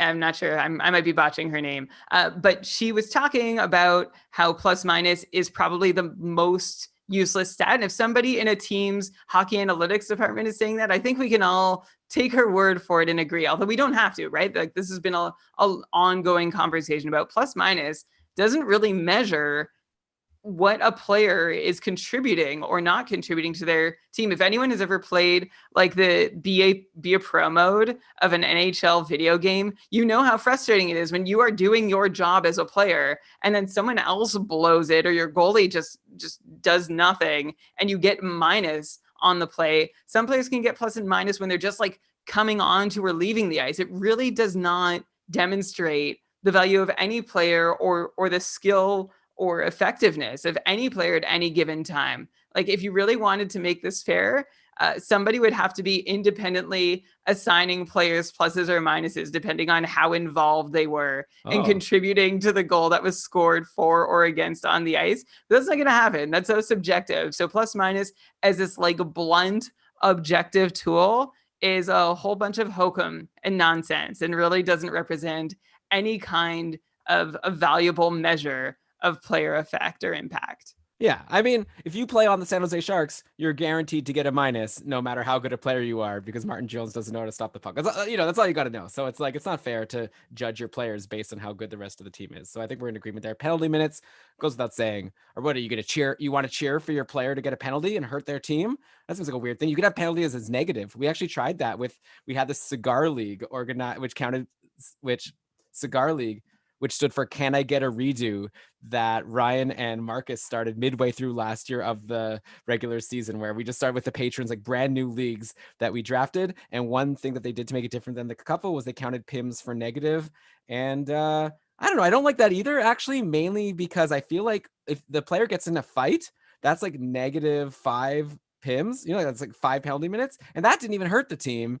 And that, but like if you get a 2-minute penalty, it's not even that bad. I don't know. So it's just like all weighted incorrectly. Like maybe if there was like PIMs, but not including fights, maybe, but I don't know. I would just leave that category out unless you just like tracking an extra thing or giving more value to a rough and tough player. But I don't see a reason for that. But obviously, to each their own. We don't like it. Another popular one is face-off wins. So you could do that. That obviously helps centers be more valuable. And I definitely get that in some leagues because oftentimes centers are the deepest position and it's easier to find centers. So it's worth it to not draft a center that might be better than a left wing who's available just because it's harder to replace left wings. So if you have face-off wins, and all of a sudden centers become more valuable. And the real valuable people, if you count face-off wins, are the people with dual eligibility, like Leon Draisaitl. If you could put him in a left wing spot, but he's winning you a bunch of face-offs, all of a sudden you have 4 face-off people on your team instead of 3, assuming you had 3 center spots. So then you're adding like sort of that might also be kind of unfair though. So, but it's part of the strategy. And then you have players sometimes have extra positions added throughout the season. So that's to me, I think a con for face-off wins. I don't know about you, Brian, but I don't think like a position eligibility being added should like drastically improve a team because now all of a sudden they're getting an extra player contributing to face-off wins than before they weren't able to. I agree. Face-off wins just doesn't feel exciting. Like generally in the NHL, a face-off it's a really great way to start a play because it's essentially a coin flip. So it's like no team deserves to start with the puck. So we've actually perfected this whole system where each team gets about a 50% chance to start the play with the puck, regardless of whether you're in your offensive zone or defensive zone. Some players, yes, have demonstrated above average or below average skill in the stat, but not enough to really make this stat worthwhile in a lot of leagues. So really all it does is add a whole lot of extra value to centers, which may be your jam because there are more fantasy relevant centers than there are any other position. So instead of making it,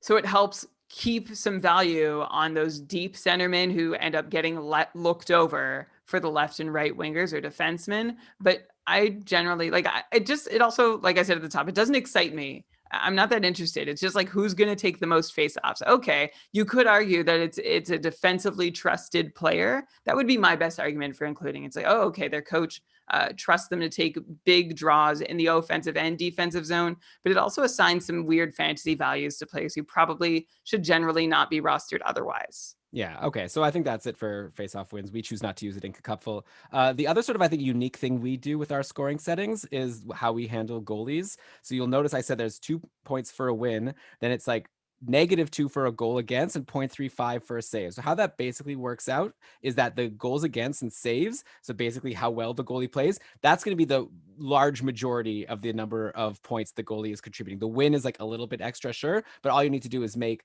7, 8 saves, and that's equivalent to a win. So what we've done here is we've decided that, yeah, if the team wins, that's okay, but it's not really a measure of how good the goalie is. We'd rather just reward the goalie for how well they perform. And this is actually different than a lot of leagues. I think a lot of the leagues I've played in are actually the opposite, where it's like the win is like the most important thing. And it's like 10 points for a win, and then like whatever, 0.1 for a save, and then a little bit of a penalty for a goal against. But we decided to go hard on just like valuing the goals against and saves versus the wins. So that's one big thing we did with goalies that's different than other leagues. Brian, do you want to comment on that before I get to the other thing? That's like sort of the evolution of the save points category, which was what we used when we were a categories league with the Cupful back on Fantrax. Fantrax has this awesome category where it's, you get a point for every save made, but then it's like -3 or -5 for every goal against. So it basically is another way to measure essentially what save percentage does. But it takes out the volume piece of it. But that's sort of what we're doing here with the way we measure goalies do. It's like you have to be like a roughly, well, what's 7 out of 8? I can't do the math off the top of my head, but you have to be a 905-ish goalie to be able to get positive fantasy points in a given night. And if you get worse than that, like you won't get dinged too hard unless you have a really bad night. Like you don't want goalies making or breaking your week for the most part. So we try and balance both sides of that so that the penalty for a bad night for a goalie isn't awful. Although I think Mikko Koskinen once dropped like a -10 on me. Those really hurt. But then I guess if you were to show a distribution of the goalie performances we get, there's real, like the outliers are those extremes where it's the really big nights and the really poor nights. And for the most part, you want them sort of performing like skaters. Yeah, I guess. Yeah. So you're sort of actually referencing the second thing I was going to bring up for our goalie points. So yeah, like we decided again, the first thing I brought up was, yeah, we decided to do goalie performance over wins. But then, yeah, you're talking about also how we weighted goalies compared to the skaters. And yeah, a decision that we made, and if you look at the last year's results and sort by total fantasy points by all the players, there's not many goalies at the top. And that was a conscious decision that we made because we don't want the team with like the best goalies to be the team that almost for sure wins the league. Like goalies are a useful player on your roster for sure, but goalie performance is just so random. Like the more, like I'm almost on the team of like not even having goalies sometimes because it's so like impossible to predict how they do. And I have Carey Price, who I spent like a lot of money in my auction draft for. Then he ended up having like not a great season. It's like, well, great. Like that never happens with like, I'm not going to draft Brad Marchand. Then all of a sudden he's going to be a 40-point guy, but with goalies, it's so random. So we didn't want the goalies to like make or break so much.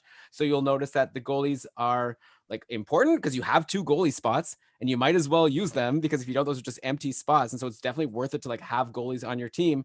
But if you really mess up, then you could just like drop your goalie. If you have 2 bad goalies and you blew the draft, you could even drop them, just have extra bench players.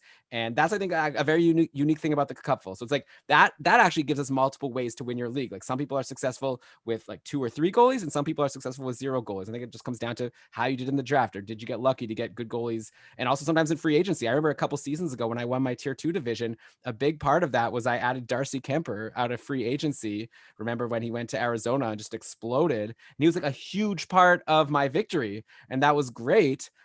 So yeah, I was obviously a big fan of team having goalies, but other people were like, you don't even need goalies. You could have no goalies. But obviously if they had Darcy Kemper, they'd be feeling differently. So that's how we decided to handle goalies in Cupful. They're important and we value their saves and goals against more than wins, but they're hopefully not going to make or break your league.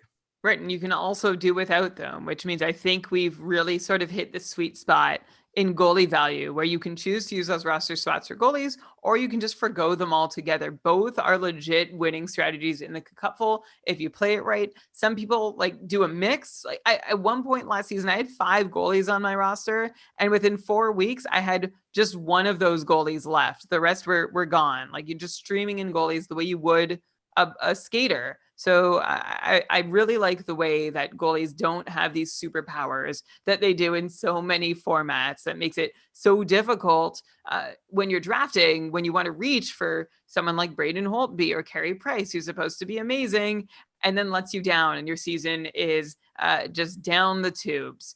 Also, I will speak to that wins piece, Elon, that you mentioned that you wanted me to speak to before, just about like what actually determines goalie talent. Wins is a team stat. So giving goalie credit for those like seems, well, you're basically drafting a team along with the goalie. And goals against average, to me, I wouldn't say it's the plus minus of goalie stats, but it's on the same sort of like trend to me, because goals against is very much a team stat too. Goalies rarely have any control over it, which is why you want save percentage to be your key goalie cat. And then, of course, you add in saves if you want volume, and then wins like we do if you want to add a little bonus to the goalie, to reward people who pick number 1 goalies on the best teams in the league.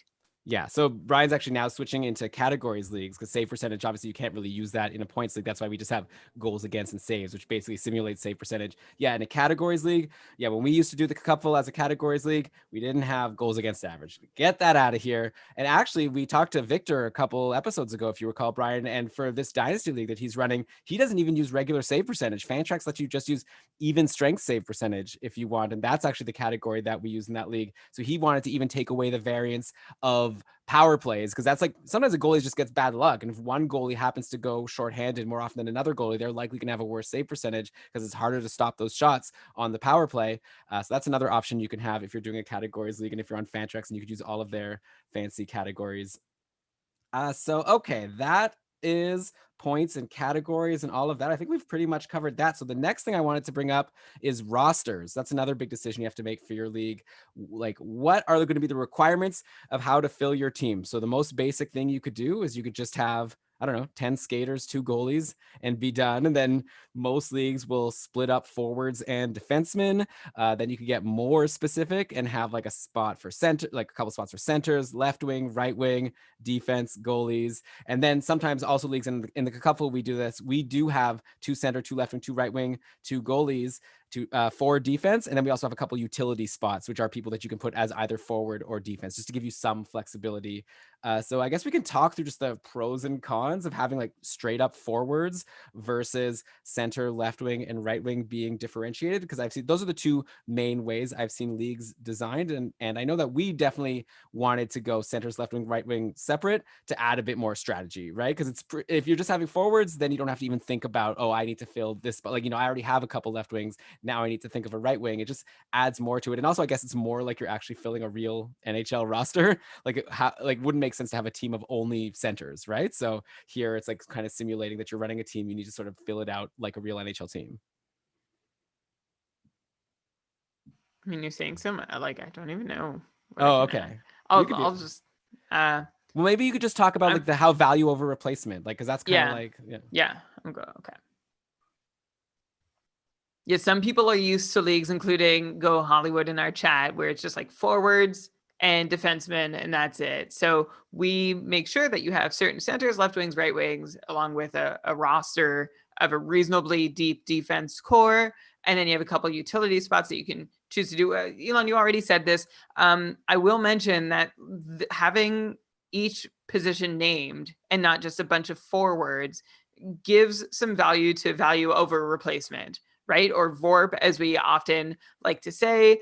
This is the idea that, hey, there might be a 50-point left winger out there and a 60-point center, but the drop between the guys behind each of those at their positions is disproportionate. So the next best left winger is like a 40-point left winger, and the next best center is like a 58-point center. You're going to want to try and snap up that left winger, even though they're not as good as the centerman. You've got to consider what their value is weighed against the next best possible option. So having everybody have to fill certain positions in their roster means that you are trying to make these decisions real time about the value over replacement of each player you add to your team, and you're not just going blindly for the best player available, which adds a whole other strategic element, and also something that you might try to address in trading also.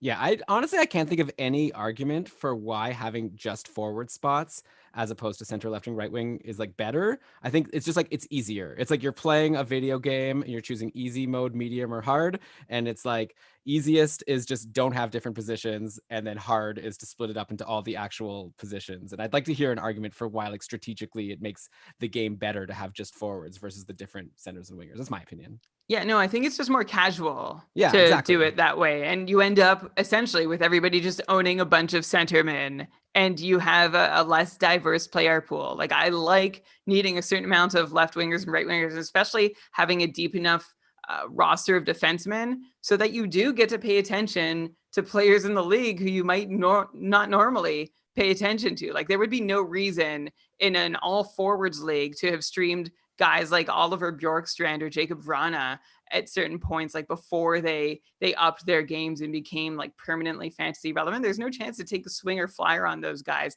Having wing and center eligibilities does make it more worthwhile. Yeah, and by the way, in the Cupful, maybe we are making things a little easier because we do have these 2 utility spots. So you really only need like a couple left wings and a couple right wings, and then you can fill like 2 centers and then 2 centers in your 2 utility spots. So like John is saying here in the chat, who won his division and won the entire Cupful last year. So I think we have to listen to him. He had the most points of everyone. He would have gotten the fast track. Like he's saying that he actually let other people worry about value over replacement for the left wing and right wing, and he just went and snapped up these centers, and it worked out well for him because he was able to fit them in his lineup because of these utility spots. So yeah, we want to make it a little fair. I guess if we wanted to make it a little harder, we'd have fewer utility spots and maybe more like specific designed, specific assigned just specific designated just for those positions. Okay, another thing we do in Cupful, which I want to, again, this is like, I'm not going to say an opinion, but I'm going to say like it's a fact. I think you should have IR spots in your league, and I think you should have a decent amount of them. And on Yahoo, I would use IR plus spots because IR spots are actually very frustrating because what that means is if a player is injured, you could only put him in your IR and replace him on your roster if they're actually designated injured by their team and on the injured reserve, which some teams like decide when and when not to put a player on their injured reserve for reasons that have nothing to do with the injury, but it's just about roster management. So I would say if you're on Yahoo, or I think Fantrax also has an option to choose what type of injury, I would say give it the flex. If the player's not playing, he's not helping your team, let your people in your league put these players in the IR so they could stash them and then pick up people out of free agency to replace them. And I hate, sometimes we get questions on our Twitter account that's like, I have like Marner and Stamkos both injured and I only have one IR spot. So which one should I drop, or should I just like hang on and leave a roster spot empty? And it's like, drop the league. Yeah, it's like basically at that point, if you're in a league with only like one IR spot, basically what that's saying is you're in a league where luck is going to dictate who wins this league. Like whoever has fewer injuries is going to win.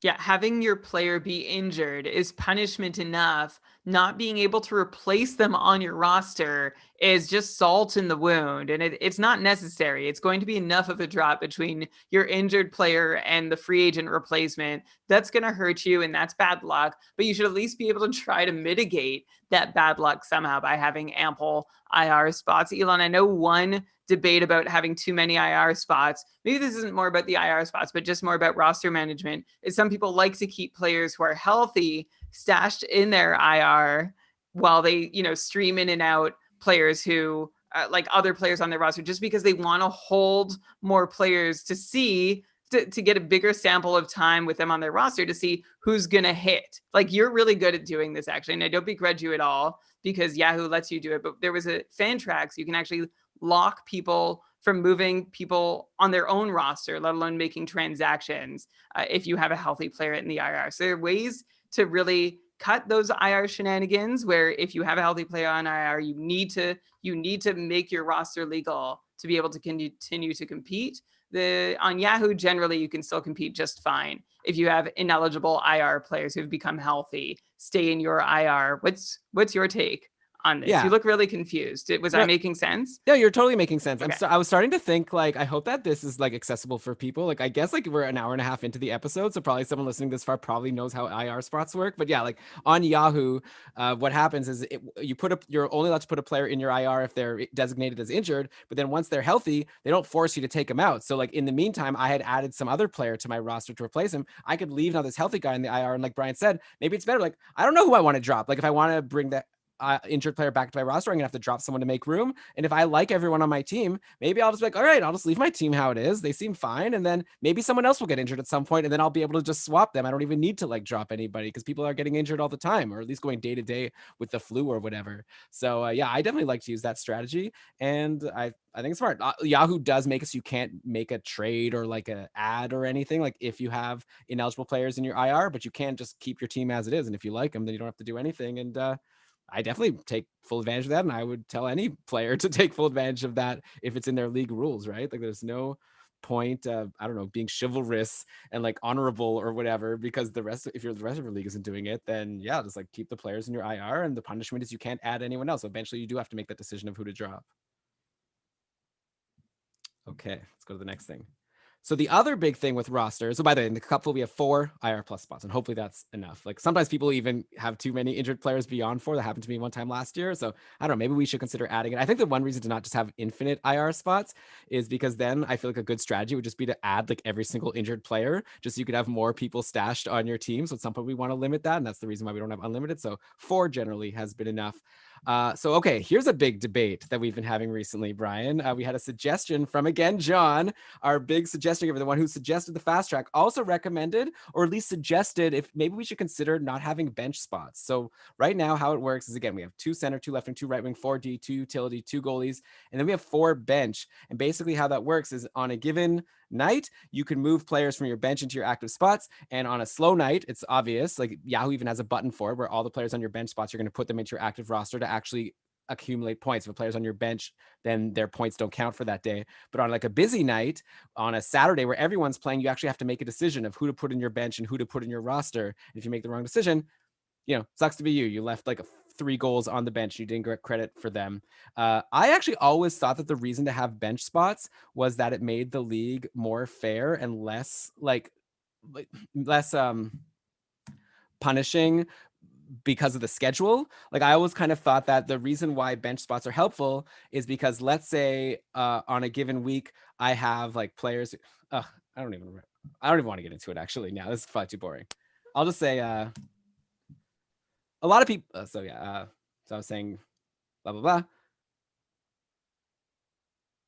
So yeah, I just feel like a lot of leagues have bench spots, and it's never been something I've considered to not have bench spots in a league. Like it seems like sit-start decisions are such a big part of fantasy hockey. Like we always have a thread every Saturday on our Facebook group or Discord, like, should I play this guy or should I play this guy? Who should I decide? And like to not have a bench just seems weird. But John brought up a good point that maybe it's worth considering not having a bench, and then you just get credit for all the players on your team every night. This is great. This is what Norm just wrote about in the chat. Okay, go for it. Yeah, I've been an advocate for this for a little while now. I think at least a year, probably at least 2 actually, where you should just get credit for everybody you have on your roster. You shouldn't get punished for making that coin flip sit start decision and making the wrong one and having your week decided by it. That shouldn't be a deal breaker, whether with all the knowledge you have, which isn't possibly enough to predict the future, your hunch takes you one direction and ends up being wrong, or your opponent ends up being right.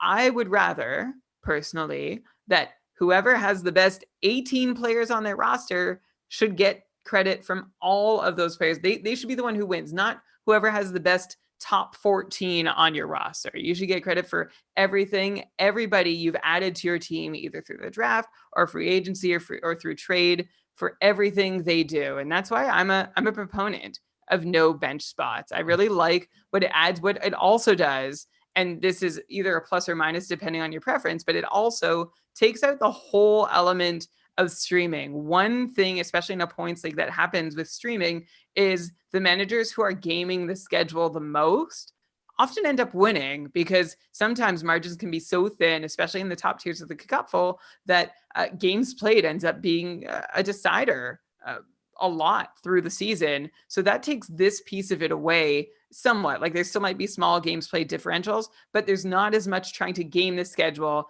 and having to decide whether this player who fits in your lineup on Wednesday and Friday is worth more than this player who is better but only fits in your lineup on Thursday. You can actually get all the points from all your best players, all your favorite players that you think are the best, rather than taking worse players who are just playing more often.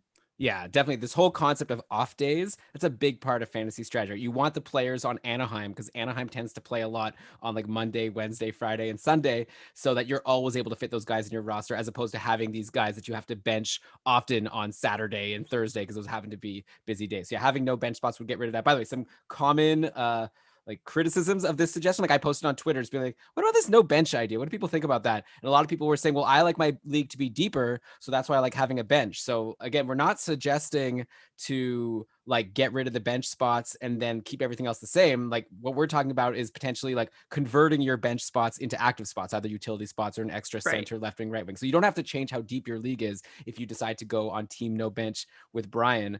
I think the main cons, the main reason, like Brian gave lots of reasons to get rid of the bench. I'd say the main reasons to keep the bench, and we are, by the way, going to keep the bench this season in Cupful, but we will definitely be considering this for next summer. We just thought we have enough changes for this year, so we're going to leave it at that. But some reasons to maybe not take away the bench. First of all, like Dave Betton's podcast, The Stream Scheme, is really fun, and it's all about who you should pick up on a given week based on the schedule. And I kind of like that part of fantasy. Like, I like looking at the schedule. So I know, Brian, you said that's kind of like could be a pro and could be a con. Do you want to reward it? But I kind of like seeing, ooh, Dallas has a great schedule next week. Yeah, that to me is like that's sort of like your auction draft con. Like, to me, that's a game within a game for fantasy, is gaming the schedule. It's not so much about finding the most talented players. You're adding this whole other game where you're just trying to decide if this amount of volume from a certain player, like quantity versus quality, exactly, is what you end up deciding between.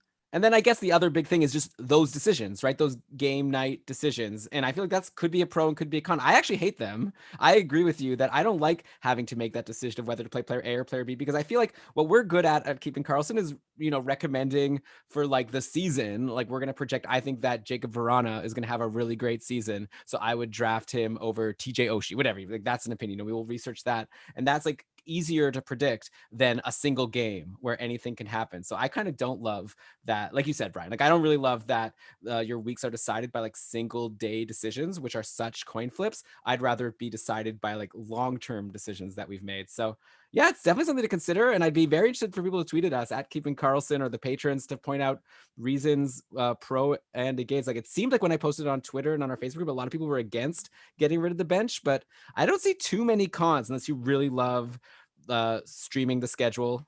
which is could be fun. Yeah. And if you really love sit start decisions. So I guess it's like you said, up to you. But John's calling it in the chat here, fantasy schedule manager. That's what the game becomes if you have these bench spots. You're trying to just get these Monday, Wednesday guys with those primo schedules. So okay, another decision that I wanted to bring up. It's not an option on Yahoo, so it's not something we were able to decide, but we had a question from Kevin, one of our patrons, asking if it's worth considering using team goalies instead of individual goalies. So he said it's specifically for this year where there's not going to be a very long season. There's probably going to be a lot of back-to-backs and teams are probably going to be playing their starters and their backups like more evenly than even usual. Is it maybe a season where you should consider using team goalies? So basically, instead of drafting Bobrovsky, I'm just going to draft the Florida Panthers goalies. Then like anytime a Florida's goalie gets a win or gets a save or whatever, it just counts for you. And you don't actually have to worry about, you know, which goalie you specifically have, or if you need to like add the backup if the main goalie gets injured, because you just have the whole team. You know, I don't really like it. I don't know. Like I get all the reasons. I feel like it would just like really like make our podcast a lot less interesting. Like I feel like it's such a big deal. Like trying to talk about, oh wow, is this goalie going to overtake that goalie? Like, wow, Binnington is actually outplaying, you know, whoever it was that you're Jake Allen. Like it was exciting. And I feel like that would be like a big thing to take away. We're already potentially taking away the streaming and the schedules. Now you're going to also take away like when a goalie gets injured and like if goalies are overtaking other goalies. So I get the reasons why to do it, but for some reason I just feel like it's like, I like having specific goalies because I just like talking about them and paying attention to them. One thing that I like about team goalies is that it's an equalizer for people who manage goalies on their rosters, who play for teams where the coach doesn't reveal their starters like enough before. Okay, I'm going to say that again.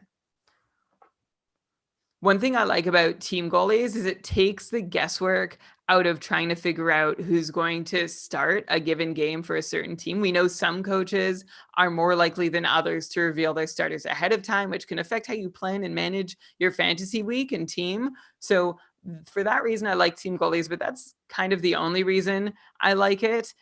Like you, Elon, there's nothing I hate about it. In fact, I advocated for it a while back as being something that should be more common in fantasy. But I think there is something to be said for being able to bet on the guy that you think is going to start and riding with it. I think if there were ever a season to go with team goalies, it would be this one, just because we're going to see more of a split that we can't at all predict.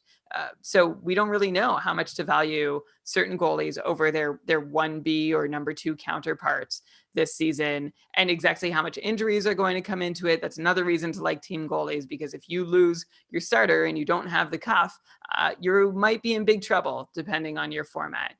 So team goalies, it's not an awful idea, and it's very defendable. It's just like you said, Elon, I like being able to bet on individual goalies rather than the teams. And also that way you get the stats from the individual goalies that you want to bet on. So if you have like one really great goalie in a tandem and one really bad goalie in a tandem, you don't have to commit to both of them. You can just commit to the one you like. Yeah. That's a good point. Like when Montreal would have backups like Antiniemi who were just terrible. And it's like, I don't want to be, well, I guess you could always put him on the bench for the days when that person is playing. But yeah, very good points. I think also in the end, it's like, in the couple, like we said, we don't really make goalies have that much of an effect. Maybe if you're in a league where the goalies are going to determine the winner, which we've already said I don't really like to do, but if your goalies are worth like a lot, then maybe this season there's a better argument to use team goalies, just because, like you said, it's otherwise it's going to be even more random depending on injuries and sit start decisions for coaches on which goalie to play. Okay, so next up, let's talk about like free agents and transactions and all of that. So obviously in fantasy, a big part of the game is the draft. You draft your teams, but that's not your team for the whole season. There's a whole set of players that weren't drafted that are available in free agency. And depending on your league format, you like at any time, someone could just grab one of, drop a player from their team, replace them with someone in free agency. And once that player is gone, that's it. And that's like, to me, actually my favorite part of fantasy, I'd say, is to be always like watching the free agents and trying to decide, oh, should I drop this player for, Victor Olofsson last year was like not drafted in a lot of leagues. And then it was like, whoever was smart enough to grab him first really benefited from all those power play points he had early on in the year. So I guess the big ways to manage free agents, if you choose to use them, which I would definitely recommend using, the most common thing is just like a free-for-all free agent system. Like you've got all the free agents available, and at any time people can just drop a player from their team and add one of the free agents, and that's good. It's easy to understand. Sometimes you might have a limit for acquisitions in a week. You can only do this 4 times a week, or some leagues have like a season limit, like 50 times a year. But yeah, at the end of the day, you just like anytime you want to drop a player, add a player, you can do it. I guess the big con for that, and the reason why we don't use that in the couple, is it really benefits people who like have a lot of time and are available on their phone always to make moves in a moment's notice. Because sometimes like these things happen, like we were talking about with the draft, right? Like a player could get injured. If Ben Bishop gets injured, all of a sudden Anton Hudobin's value like spikes, and it's maybe not the most fair if like some people in the league are like just people who are sitting at their desk that I'm always on the internet. Like I would be able to take advantage of free agents all the time, but other people like have kids or like have jobs where they're busy and like and it's I feel like it's not fair to give this huge advantage to people who just happen to see the news first so they can pull the trigger. Yeah, it shouldn't be a race to the add button. I like that having Fab levels the playing field for whether you do have access to the news and your fantasy app or computer throughout the day, or depending on your time zone. So it really just gives everybody the opportunity to bid against everybody else and say, hey, I want this player more than you. And that sort of gives makes it even and fair to not advantage one player over another just because of conveniences. Yeah, like I actually didn't explain it what Fab is, but I'll explain for the people listening who don't know what Brian's talking about. But yeah, that's the system we use in the couple. Fab stands for the free agent budget. And basically how it works is everyone has $100 budget for the year. And then basically there's an auction every night for free agents. So it's like one time a day you get to add players from free agency, and on Yahoo it forces it to be at 3 a.m. basically is when that auction happens. So throughout the day you can decide, okay, like this injury happened, Ben Bishop got injured, I definitely want to add Hudobin. So you decide how much of your budget you want to put on bidding for Hudobin, and like other managers in the league may also decide that they want to bid on Hudobin, and whoever has the highest bid, like they all get submitted secretly to Yahoo, and then they'll just assign the player who had the highest bid. That person gets Hudobin at 3 a.m. So basically you just before you go to bed, go in, put in your bids for the night, and then you get to wake up in the morning. It's always a fun surprise to wake up and see who you got the next morning. And like basically if you get the player, then you lose the Fab money from your budget. If you didn't get the player, you don't lose anything. And it's, yeah, like Brian said, it's just like a fair way to level the playing field. Everyone at their leisure can, before they go to bed, take a look and decide if they want to make any ad drops for the day. And so that's what we do. So we do Fab with $100 budget. And then we also do 4 ad drops per week. Well, you can do as many drops as you want, but 4 acquisitions per week out of free agency, but unlimited for the season. Brian, you've always been a fan of like having fewer ad drops and even having a season limit. And at one point in the couple, we did have a season limit. I think it was like 30 for the season in the first couple of years. But I don't think it was ever 30. Maybe it was 40. Might have been 6. I think I wanted 40. And I know. think you got it to 60. So why don't you explain, like, what's the reason why? Because I personally hate having a season limit. It really stresses me out. I feel like all season I'm like thinking of my numbers, like, can I afford to do another one? And then like I'm regretting it. And I just feel it's like stress all year. But obviously there's, and by the way, a lot of people who were playing the couple also hated having the season limit, but there's good reasons to have it. And so why don't you share why? I guess it's just to reduce the number of moves that are made, right? Yeah, exactly. For me, it goes back to how I want to have no bench, and by no bench I mean every player active. I want things that minimize fantasy schedule manager, as John in the chat called it tonight, where you really are just competing to see who can game the schedule the best. I think the more ad drops you have, the more opportunity you have to just can constantly cycle out and take flyers on guys who happen to be playing on off nights, when I would rather everybody just goes with the highest quality team.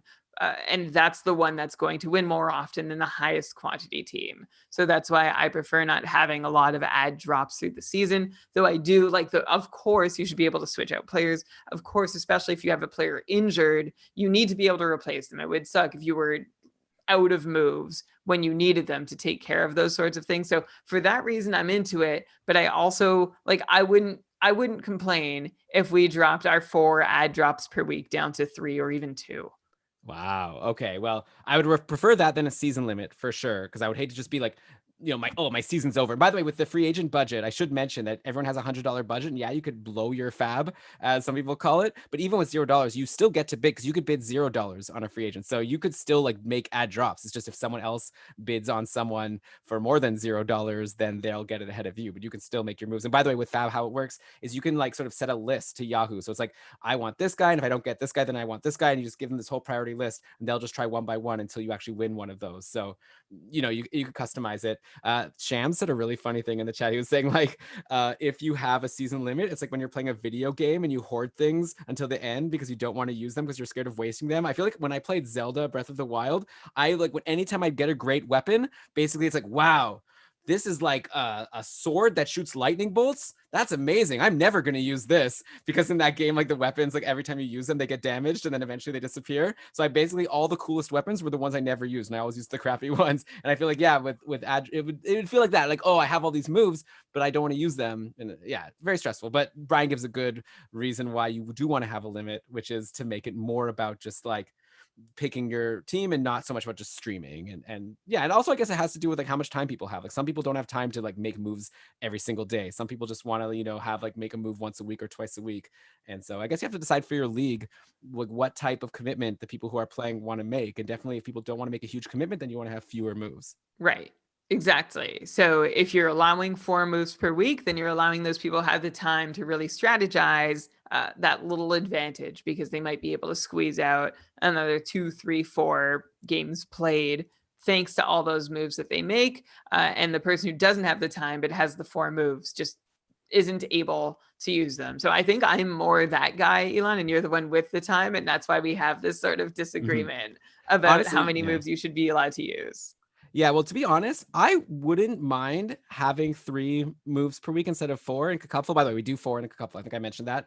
But I feel like the big reason why I feel like we need to have 4, or I like to have 4, is because of injuries. And like, I wish, this is my one wish for fantasy platforms. Like one day, Brian, I'm going to build a fantasy platform if like no one does this. Because I think how it should be is you should be able to choose the number of ad drops you want to allow per week of just like dropping a healthy player. But I think you should get unlimited injury replacements. Because the worst thing, if there was only 3 moves per week, let's say, okay, I have a whole plan. I'm going to like drop this guy out. I'm going to grab this free agent on Monday. I already used my moves from last week. So I have one guy I really want. And if he's still available, I'm going to grab him on Monday. That's one. Then like I'm going to grab a guy on Thursday, and then I'm going to save one move for Sunday. But then all of a sudden, let's say on like Wednesday, one of your players gets injured, and now you just have to replace this person just to like fill that roster spot. That uses up a move. Next thing you know, your whole plan goes out the window because of these injuries. So I would love a system where we can set the number of ad drops per week, but you get unlimited injury replacements. If you put a player in your IR and you're replacing that guy, that shouldn't count. I would love that so much. But alas, it doesn't exist anywhere. So what can you do?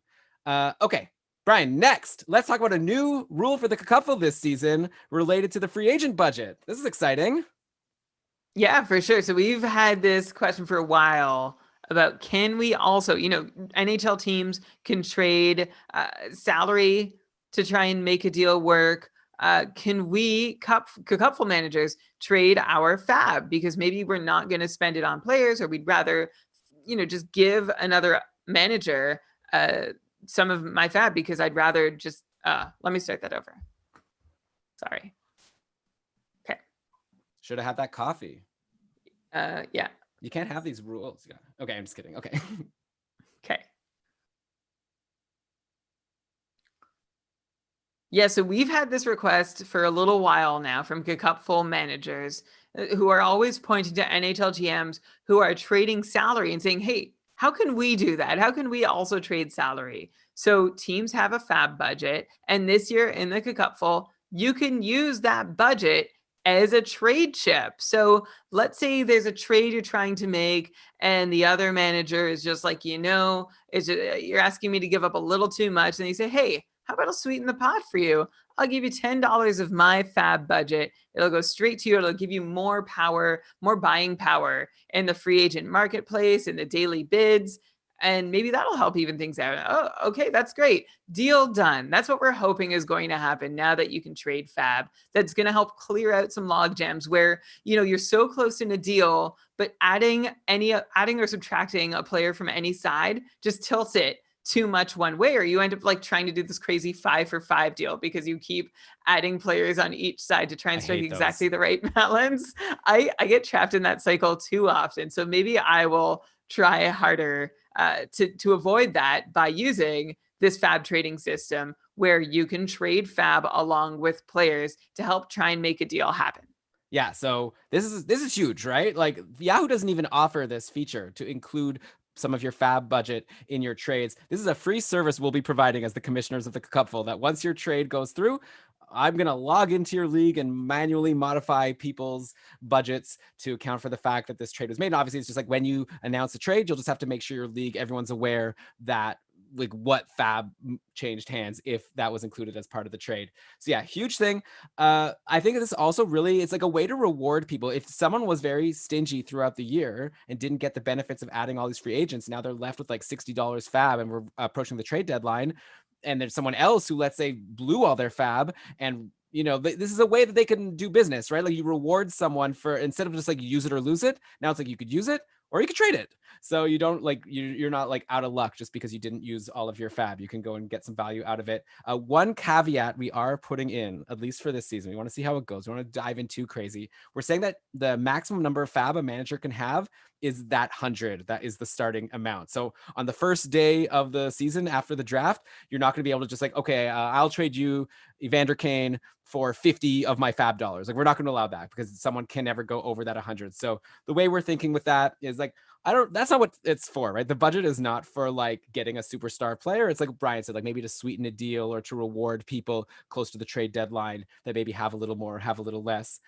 So yeah, it's going to be the kind of thing where obviously there's not going to be a lot of fab deals at the start because everyone's already going to have their $100 budget. But as the season winds down and towards the trade deadline, then it'll make more sense to make these moves. So yeah, that is the rule for this year. And I think it's going to be really cool. And speaking of trading, let's talk about trading. Brian, I know we're like 2 hours into this podcast, but let's just get amped up here because we got just a couple more things to go. And trading is a huge part of fantasy. And to me, I think it might be the trickiest part of running a league, because I feel like leagues could be destroyed. Like one imbalanced trade, then everyone's like fighting, like that trade wasn't fair. That just ruined the whole league. And then the commissioner, sometimes you have these leagues where the commissioner made the unfair trade. Then you're like, of course they're going to let this go through. And then, it really sows imbalance. It really sows, what's that word? Distrust. It really sows distrust, and like I said, it could kind of ruin a league. So I think you really got to nail how you're going to handle trades. And so like what most leagues do is they have this like veto vote, right? Like a trade happens and let's say you set that, okay, and then like people start to say, or no, sorry. A trade happens and then Yahoo will like send everyone an email being like, if you want, you can vote on the trade and you could say if you veto it or not. And if like 50% of the league vetoes the trade, then it just doesn't happen. And I think that is a very silly way to do it, because the people voting on whether to veto the trade are clearly biased, right? Like I, as a manager, don't want my opponent to make a trade that benefits their team. Like if one of the stronger teams gets a better deal against a weak team that I didn't care about anyways, all of a sudden that's going to make my life harder. So obviously I'm going to veto, even if it actually is kind of a fair enough trade. So one thing that I would recommend to people is, if you can, try to find someone unbiased to judge these trades. Ask a friend. You could tweet at us at Keeping Karlsson to tell us if you want to ask us if we think the trade was fair or not. And in the cupful, what we do is we send it to tier 1. If someone can, so any trade that happens, anyone has the option to message myself or Brian, like message a commish and say, I don't think this trade is fair. We'll be like, okay, we're going to take it to the tier 1 jury. We're going to put it in the group chat for tier 1. Be like, hey, what do you all think of this trade? And then they'll decide, because they don't have a vested interest one way or the other. So I think that really saves a lot, just because, first of all, I like that it's not just Brian and I deciding, because we don't want people to be mad at us. It's better to have a big group, so it's not just like up to our decision. And also, I just really think you got to take the bias out of deciding if a trade was fair or not. Yeah, for sure. Like you said, it's too often the commish who is ripping off someone else in the league and then, is able to sway. Like it becomes this game of allies where who has more friends in the league to get their way.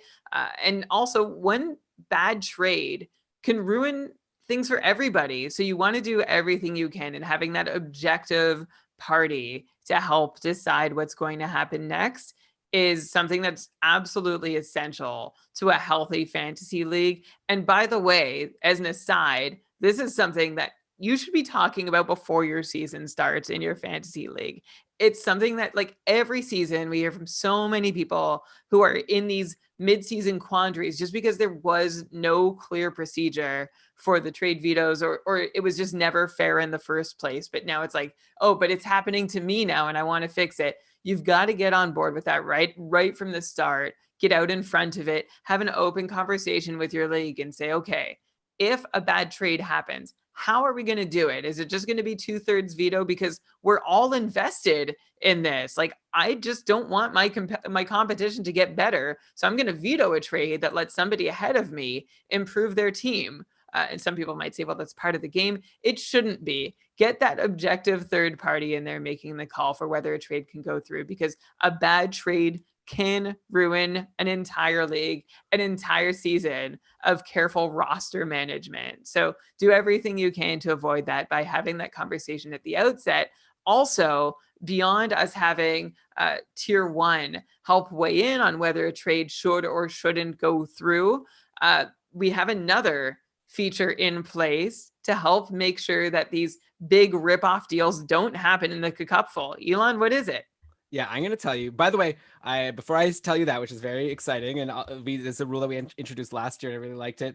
If you don't have this unbiased group of people to ask to weigh in on a trade, may I humbly recommend become a patron of Keeping Karlsson, which I'm hoping you're going to decide to do so you could join the Cupful. I don't know if you mentioned, Brian, the Cupful is open for anyone.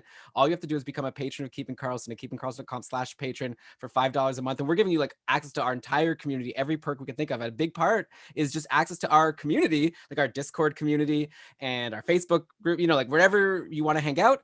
And you could just ask in there. Like, you could agree with your league that, hey, I'm a patron of Keeping Karlsson. So if everyone doesn't agree with the deal, I'll just ask in an unbiased way what people think of the trade, and you could let the patrons decide. So like, we have a trade review channel on Slack just for that. And hey, you're going to become a patron anyway because you're going to join the Cupful, right? Elon, you said we have a trade review channel on Slack. Oh God. We have a trade review channel on Discord, and that's exactly what it's for. And hey, you're going to be becoming a patron anyway. And hey, you're going to be becoming a patron anyway because you're going to be joining the Cupful. So then you're also going to get this perk of getting in our community. So may I recommend using us to help decide on your trades. But okay, yes, this new feature is something we introduced last year. It's our trade counter offer mechanic. And we had a podcast a couple years ago, the Cupful rule change bracket, where people suggested different rule changes. And we had a panel, me, Brian, and John Reed were voting on what rule we should enact, become a new rule. And what we decided was that if there is a trade that happens between two managers, after the trade is accepted, a 24-hour clock starts. And during that 24-hour time span, both of those managers have the option to accept a counter-offer trade from someone else. And it has to be for the exact same package. So basically, if you see, let's say I'm just sitting here minding my own business, all of a sudden I see a trade pop up. Someone traded a slumping Nikita Kucherov. He had a couple bad weeks, and someone traded Kucherov for a hot Kyler Yamamoto. And I'm sitting there like, what? That's a crazy trade. So now, instead of just having to sit there and be upset about it or like message the commissioner and contest the trade, I could just reach out to the Kucherov owner and be like, hey, if you're accepting Kyler Yamamoto, how about let me give you, I don't know, who's someone like sort of in between those two, whatever, Dylan Larkin, and so then if that other manager decides, oh yeah, I'd rather have Larkin than Yamamoto, then all of a sudden the trade just got a little bit less imbalanced, and hopefully everyone wins. It makes the trade more even. You're happy. Obviously, the person who ripped off the Kucherov owner, that person's not happy because their trade got taken away from them. That's obviously the big complaint that we have, but I'm going to be honest. If everyone is happy except for the person who's ripping off the other manager, then I think I'm okay with that overall, because what I care about is the overall health of the league. And yeah, so that's why I think this was a really fun rule. It wasn't used that much last year, which is fine, because I think most of our Cupful managers are like smart and they don't do these like imbalanced trades. So it makes sense that this rule wasn't used. Most of the time people make a trade, both people think it's fair. There's no reason to offer a counter offer. And because, I feel like there's some bad will formed if every time someone trades with me, I always accept a counter offer, then I feel like people would stop trading with me. So that's sort of a reason why this probably isn't used much. But I think it's like a nice tool to have. So if you see that Yamamoto for Kucherov trade, you have the option to at least send a counter offer and get a better deal. Yeah, and of course you can't force a manager to accept your counter offer if you really think it's better. And that's where that trade jury in tier 1 still comes into play. But at least this is an opportunity for everybody to put their money where their mouth is, right? If I make a deal and it was, oh, Brian, you ripped off the person, well, then give them a better offer. And if you can't, then maybe, just maybe, this is a reasonable trade to be able to go through. So it sort of covers a lot of bases, and that it keeps the instances of rip-off trades really low, ideally. And on top of that, it keeps everybody honest about what is and isn't a reasonable deal. And if you can't really scream from the rooftops about this unfair trade that happened, if you didn't offer a better package that swayed the other manager to give you what you wanted, and it gets past the tier 1 trade jury. Yeah. And by the way, like one big complaint about this was like, now I'm just not going to feel motivated to trade, because why would I put in the effort to make a trade just for a counter offer to be accepted? Like, I'll say to you, like, I understand that, but it's like nothing is stopping you and the person you're making a trade with, like, make a oath to each other. Like, neither of us are going to accept a counter offer. Okay. No matter what, like, that's allowed. Like, why not? So if you think that you're working out a fair deal, you can both be like, hey, okay, we're in and we're not accepting counter offers. Good handshake. But like for this Kucherov for Yamamoto example that I gave, I mean, obviously you can't stop someone from making an imbalanced trade, but like, I feel like it's just, if the reason you don't like it is because you don't want to be able to rip people off in trades, then, that's a shame, but we don't want you to be able to rip people off in trades either. So, because we care about the health of the league overall. All right. So that's trading. That's what we got going on in the Cupful. Really quickly, I'll mention that we do playoffs since it's a head-to-head league. We have a 14-team league. What we decided is to have 6 teams make the playoffs. A lot of leagues have 8 teams make the playoffs, and then the first round is right away 1 versus 8, 2 versus 7, all of that. Just like what happened to Tampa versus Columbus a couple of years ago when they got upset by the 8th seed. We actually like going with 6 teams making the playoffs, specifically because it gives a bye to the first couple of teams, like the top 2 teams in the division. And it's a reward, right? You come in the top 2, you get this huge reward of being able to take a week off. You're guaranteed into the quarterfinals, and you get this extra week to make smart ad drops. While everyone else is scrambling to win their matchup, you can just focus on like setting up your team for your quarterfinal matchup. So that's why we like having 6 teams make the playoffs instead of 8. And I think generally it's worked out pretty well. I just don't like the idea that like one bad week after coming first in the division like messes you up and you didn't even make it to I should say the semifinals, not the quarterfinals, right? You make it to the final 4 because of your bye.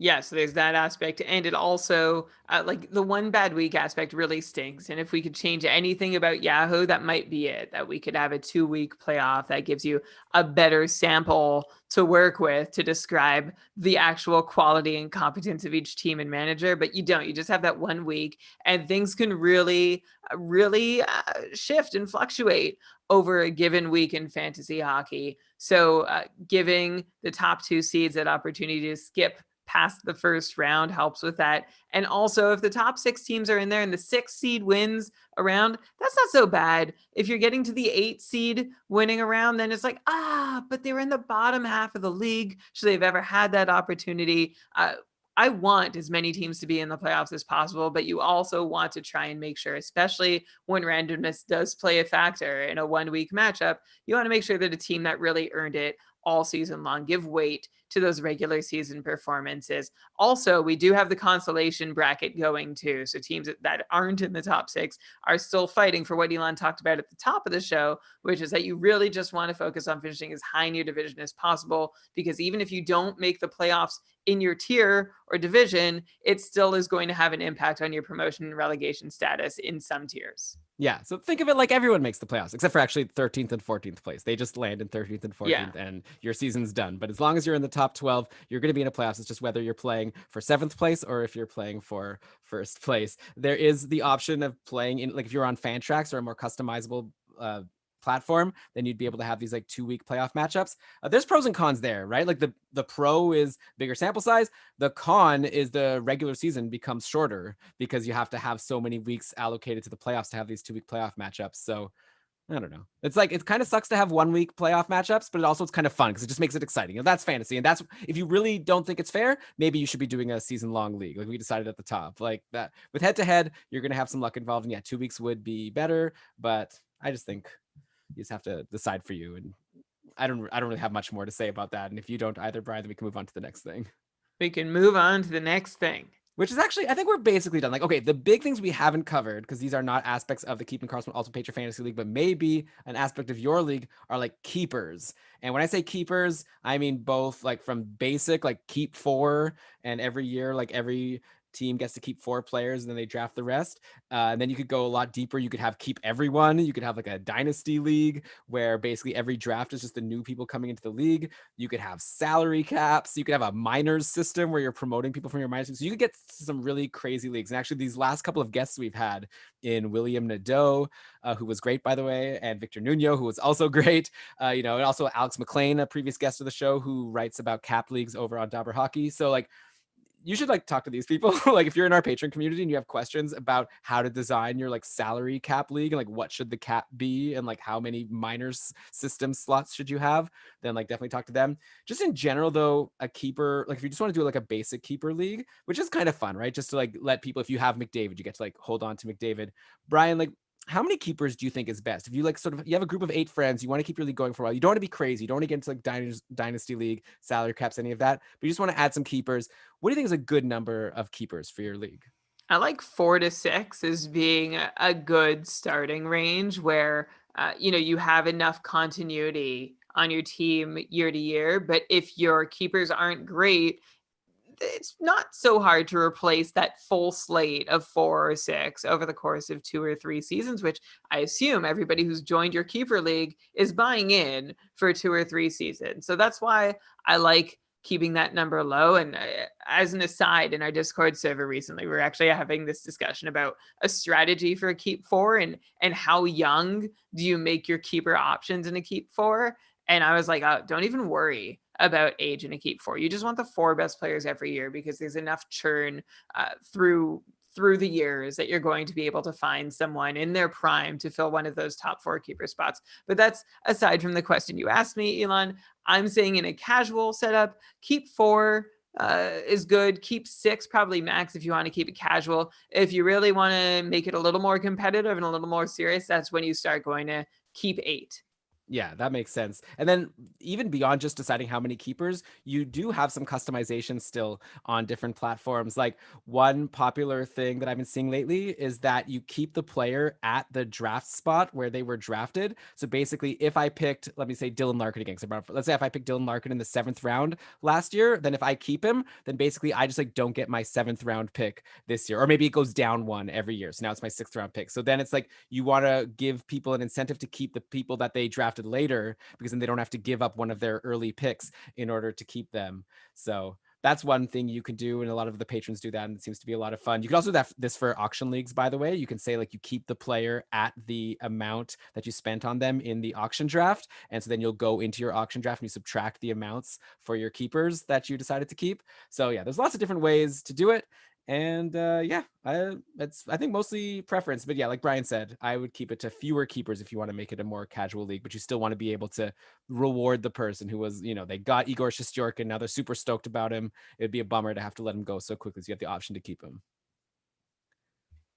Okay, Brian, anything else off air before we close out the show? The PPP, right? Oh yeah. This is quick. So, okay. And with that, I think we've covered like every single rule in the Keeping Karlsson Ultimate Patron Fantasy League and the thought process for the decisions along the way.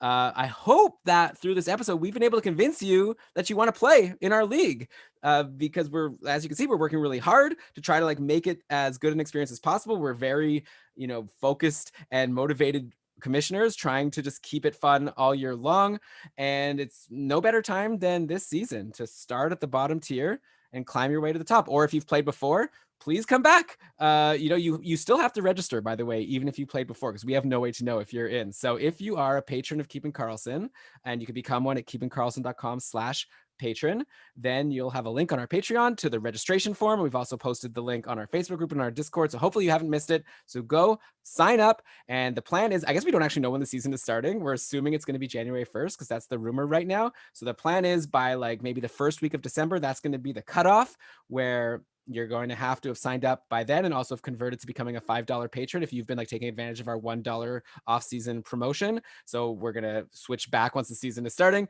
to like you have to be a $5 patron in order to have access to all of our perks, including access into the cupful. So yeah, that'll be around, let's say, the first week of December. Then we'll start sending out all of the invites to your Fantrax slow drafts, and we're going to get this baby started. So once again, keepingkarlsson.com/patron. We've also linked to the league rules in the show notes, so you can go and take another look, peruse at your leisure. And of course, you could tweet us any questions you have at Keeping Karlsson on Twitter. Okay, Brian, with that, I guess we have one more fun thing we wanted to bring up before we round out this show. So outside of the couple, you'd think it's like the end of one of the Apple big reveals. Oh, and one more thing. Yeah, exactly. Like this has already been a crazy long episode, but we're busy here at Keeping Karlsson headquarters. We are trying our best to make it fun to be a patron of our show. And yeah, one fun thing we've been doing recently is I mentioned it last week, our patron projection project, where every day we're asking patrons to help us come up with projections for players for next year. And by the end, we're gonna have this full data set. It's gonna be a blast. And we've had a few days of results already come in. I think we're on day 5 tomorrow, Monday. And Brian, we've come up with a decision to try to incentivize people to be submitting their projections if they haven't yet. Do you want to say the new cool idea we had? Yeah, sure. Well, it's not just an idea, it's happening. So for every entry you make to our patron projection project, which is really hard to say once, let alone if I were to try 4 or 5 times. So for every submission you make, every time you project the daily set of 10 players, you get an entry into a draw for some awesome Keeping Karlsson merch. We'll send you something real nice and good. Yeah, not like a t-shirt. It's going to be like at least at hoodie level or jersey, like something awesome. We'll come up with something good. Trust me. Okay, so trust Elon. He has bigger idea. Like, that's great. I'm in for whatever Elon decides, because you deserve it. So thanks. Like, and we know, like some people are like, I'm putting in some real time to this. That's great. Some people are like, oh, I just don't have the time to. Don't worry too much about the time. Like, there is a gut aspect to our projection project too. So just do what you can is what we ask. But we have this group of patrons who so far have responded. We're on day 4 at the time of this recording. We have 4 patrons who are on day 4 at the time of this recording, and we have a group of patrons who have submitted their rankings for all 40 players that we've asked to be projected so far. So shout out to Marcus, Patrick, Adam Colton, Matt G, Jeremy Garrett, Aaron Vigard, Steven, Matthew J, and Mason for going 4 for 4 so far. Keep it up. Also, T-Plos, who I don't know what your name is, even though you might have told me before, but thanks also T-Plos. So yeah, this has been fun and I'm really excited. We also have a really cool spreadsheet, which I think, Brian, you tweeted out, or at least an image of like what the results have been so far. So it's really fun to see as we go how the projections are looking. And it's really fun. Kyler Yamamoto is someone who so far has really had a big variance, because as part of what the data we've been sharing, we have like, oh, by the way, big shout out to Marcus, who helped design this spreadsheet where we share the results. I believe we actually have it available. keepingkarlsson.com/PPP is where you can find all of the results, which we're updating every day. Yeah, you've got like for each player, like the max, the min, the median, the average for like goals, assists. It's a pretty amazing spreadsheet. So check it out, keepingkarlsson.com/PPP. And if you are a patron, then check the Discord group or the Facebook group every day. We're linking to the next form to fill out. And if you're not a patron, come on in. All right. Hopefully we've given you enough reason this episode. So once again, keepingkarlsson.com/patron. But okay, Brian, with that, I think we've covered everything we want to cover. Like I won't even get into a rant about why we want a 5-star review or like a follow on Twitter or any of that. I'm just going to cue the outro music. And then why don't you go ahead and read us the credits? Okay, I will. Very clever, Elon, by saying you're not going to do the thing that you got away with doing. Anyway, thank you all for listening. Keeping Karlsson is presented by Dobber Hockey and powered by our patrons. Logo art by Brandon Weeb and outro music by Pat Roach. And Elon, that's it for the credits this week, because we didn't talk player stats. We talked league design. Thanks to Fantrax and Yahoo for being such fantastic platforms.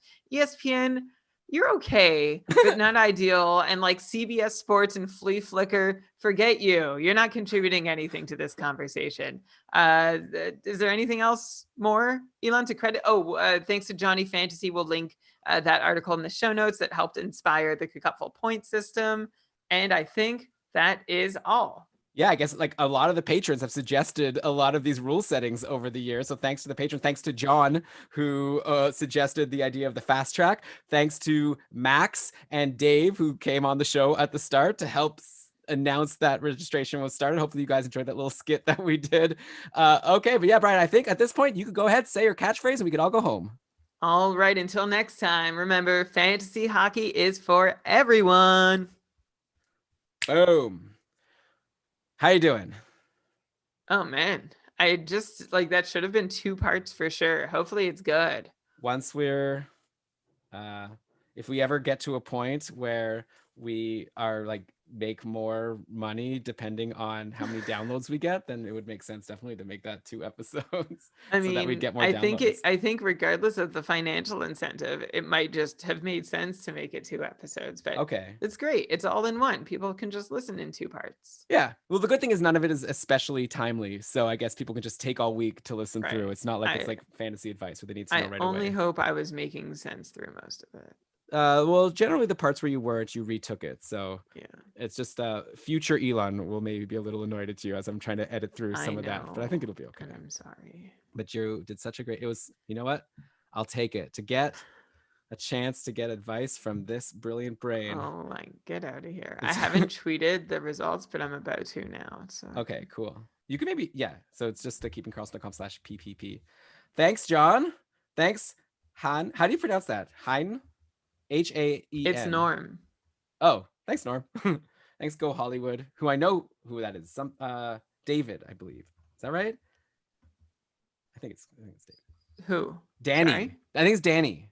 Who's Danny? Go Hollywood. Go Hollywood. Do you know who it is? No. Well, I I was mean, I know messaging- Go Hollywood, but I don't have the name synced up yet. I was messaging him on with Facebook a little while ago. We were having a chat. Who was it? Anyway, I have Maybe a they lot of- don't. Maybe they want to keep their real name secret. Okay, fair enough. You Well- just doxed. You just doxed Go Hollywood. Well, I just said a first name. Those are pretty common names. You know, Norm, my grandmother was named Norma. So I'm partial to that name. I don't know if that's I'm just saying. It's not like a pro or con to your name. It's just like a nice association for me. All right. Well, nice chatting with you, Brian. Elon feels warm when he hears the name Norm. Yeah, she was a wonderful lady. It was a Okay. rhyme. So thanks. Send me that file. You could do the show notes. I'll do the edits. Oh yeah, and- I haven't stopped my recording. There we Oh go. yeah, so you could do that. And then I'm going to I haven't done it yet, but Brian, I'll send you for tonight, like tomorrow's PPP, so you'll be able to post it when you wake up. And we'll keep the train Great. rolling. We got a lot of work to do. See you, Lot of work everyone. to Thanks again. Wow, Norm's the 3rd Norm in his family. Elon, you would love Norm's family. If I had a kid and like I got to decide, I don't know, do you know what to agree, but I think Norm is a nice name. I would go with it. Maybe we'll start. It'll be Norm number 1. Maybe that person's grandkid would be Norm number 3, just like Norm is. Okay, I'm gonna go. Bye. Bye, everyone. Bye, everyone. Thanks for being here with us. Ending the stream. Okay, see you, pal. All right. job. Thanks for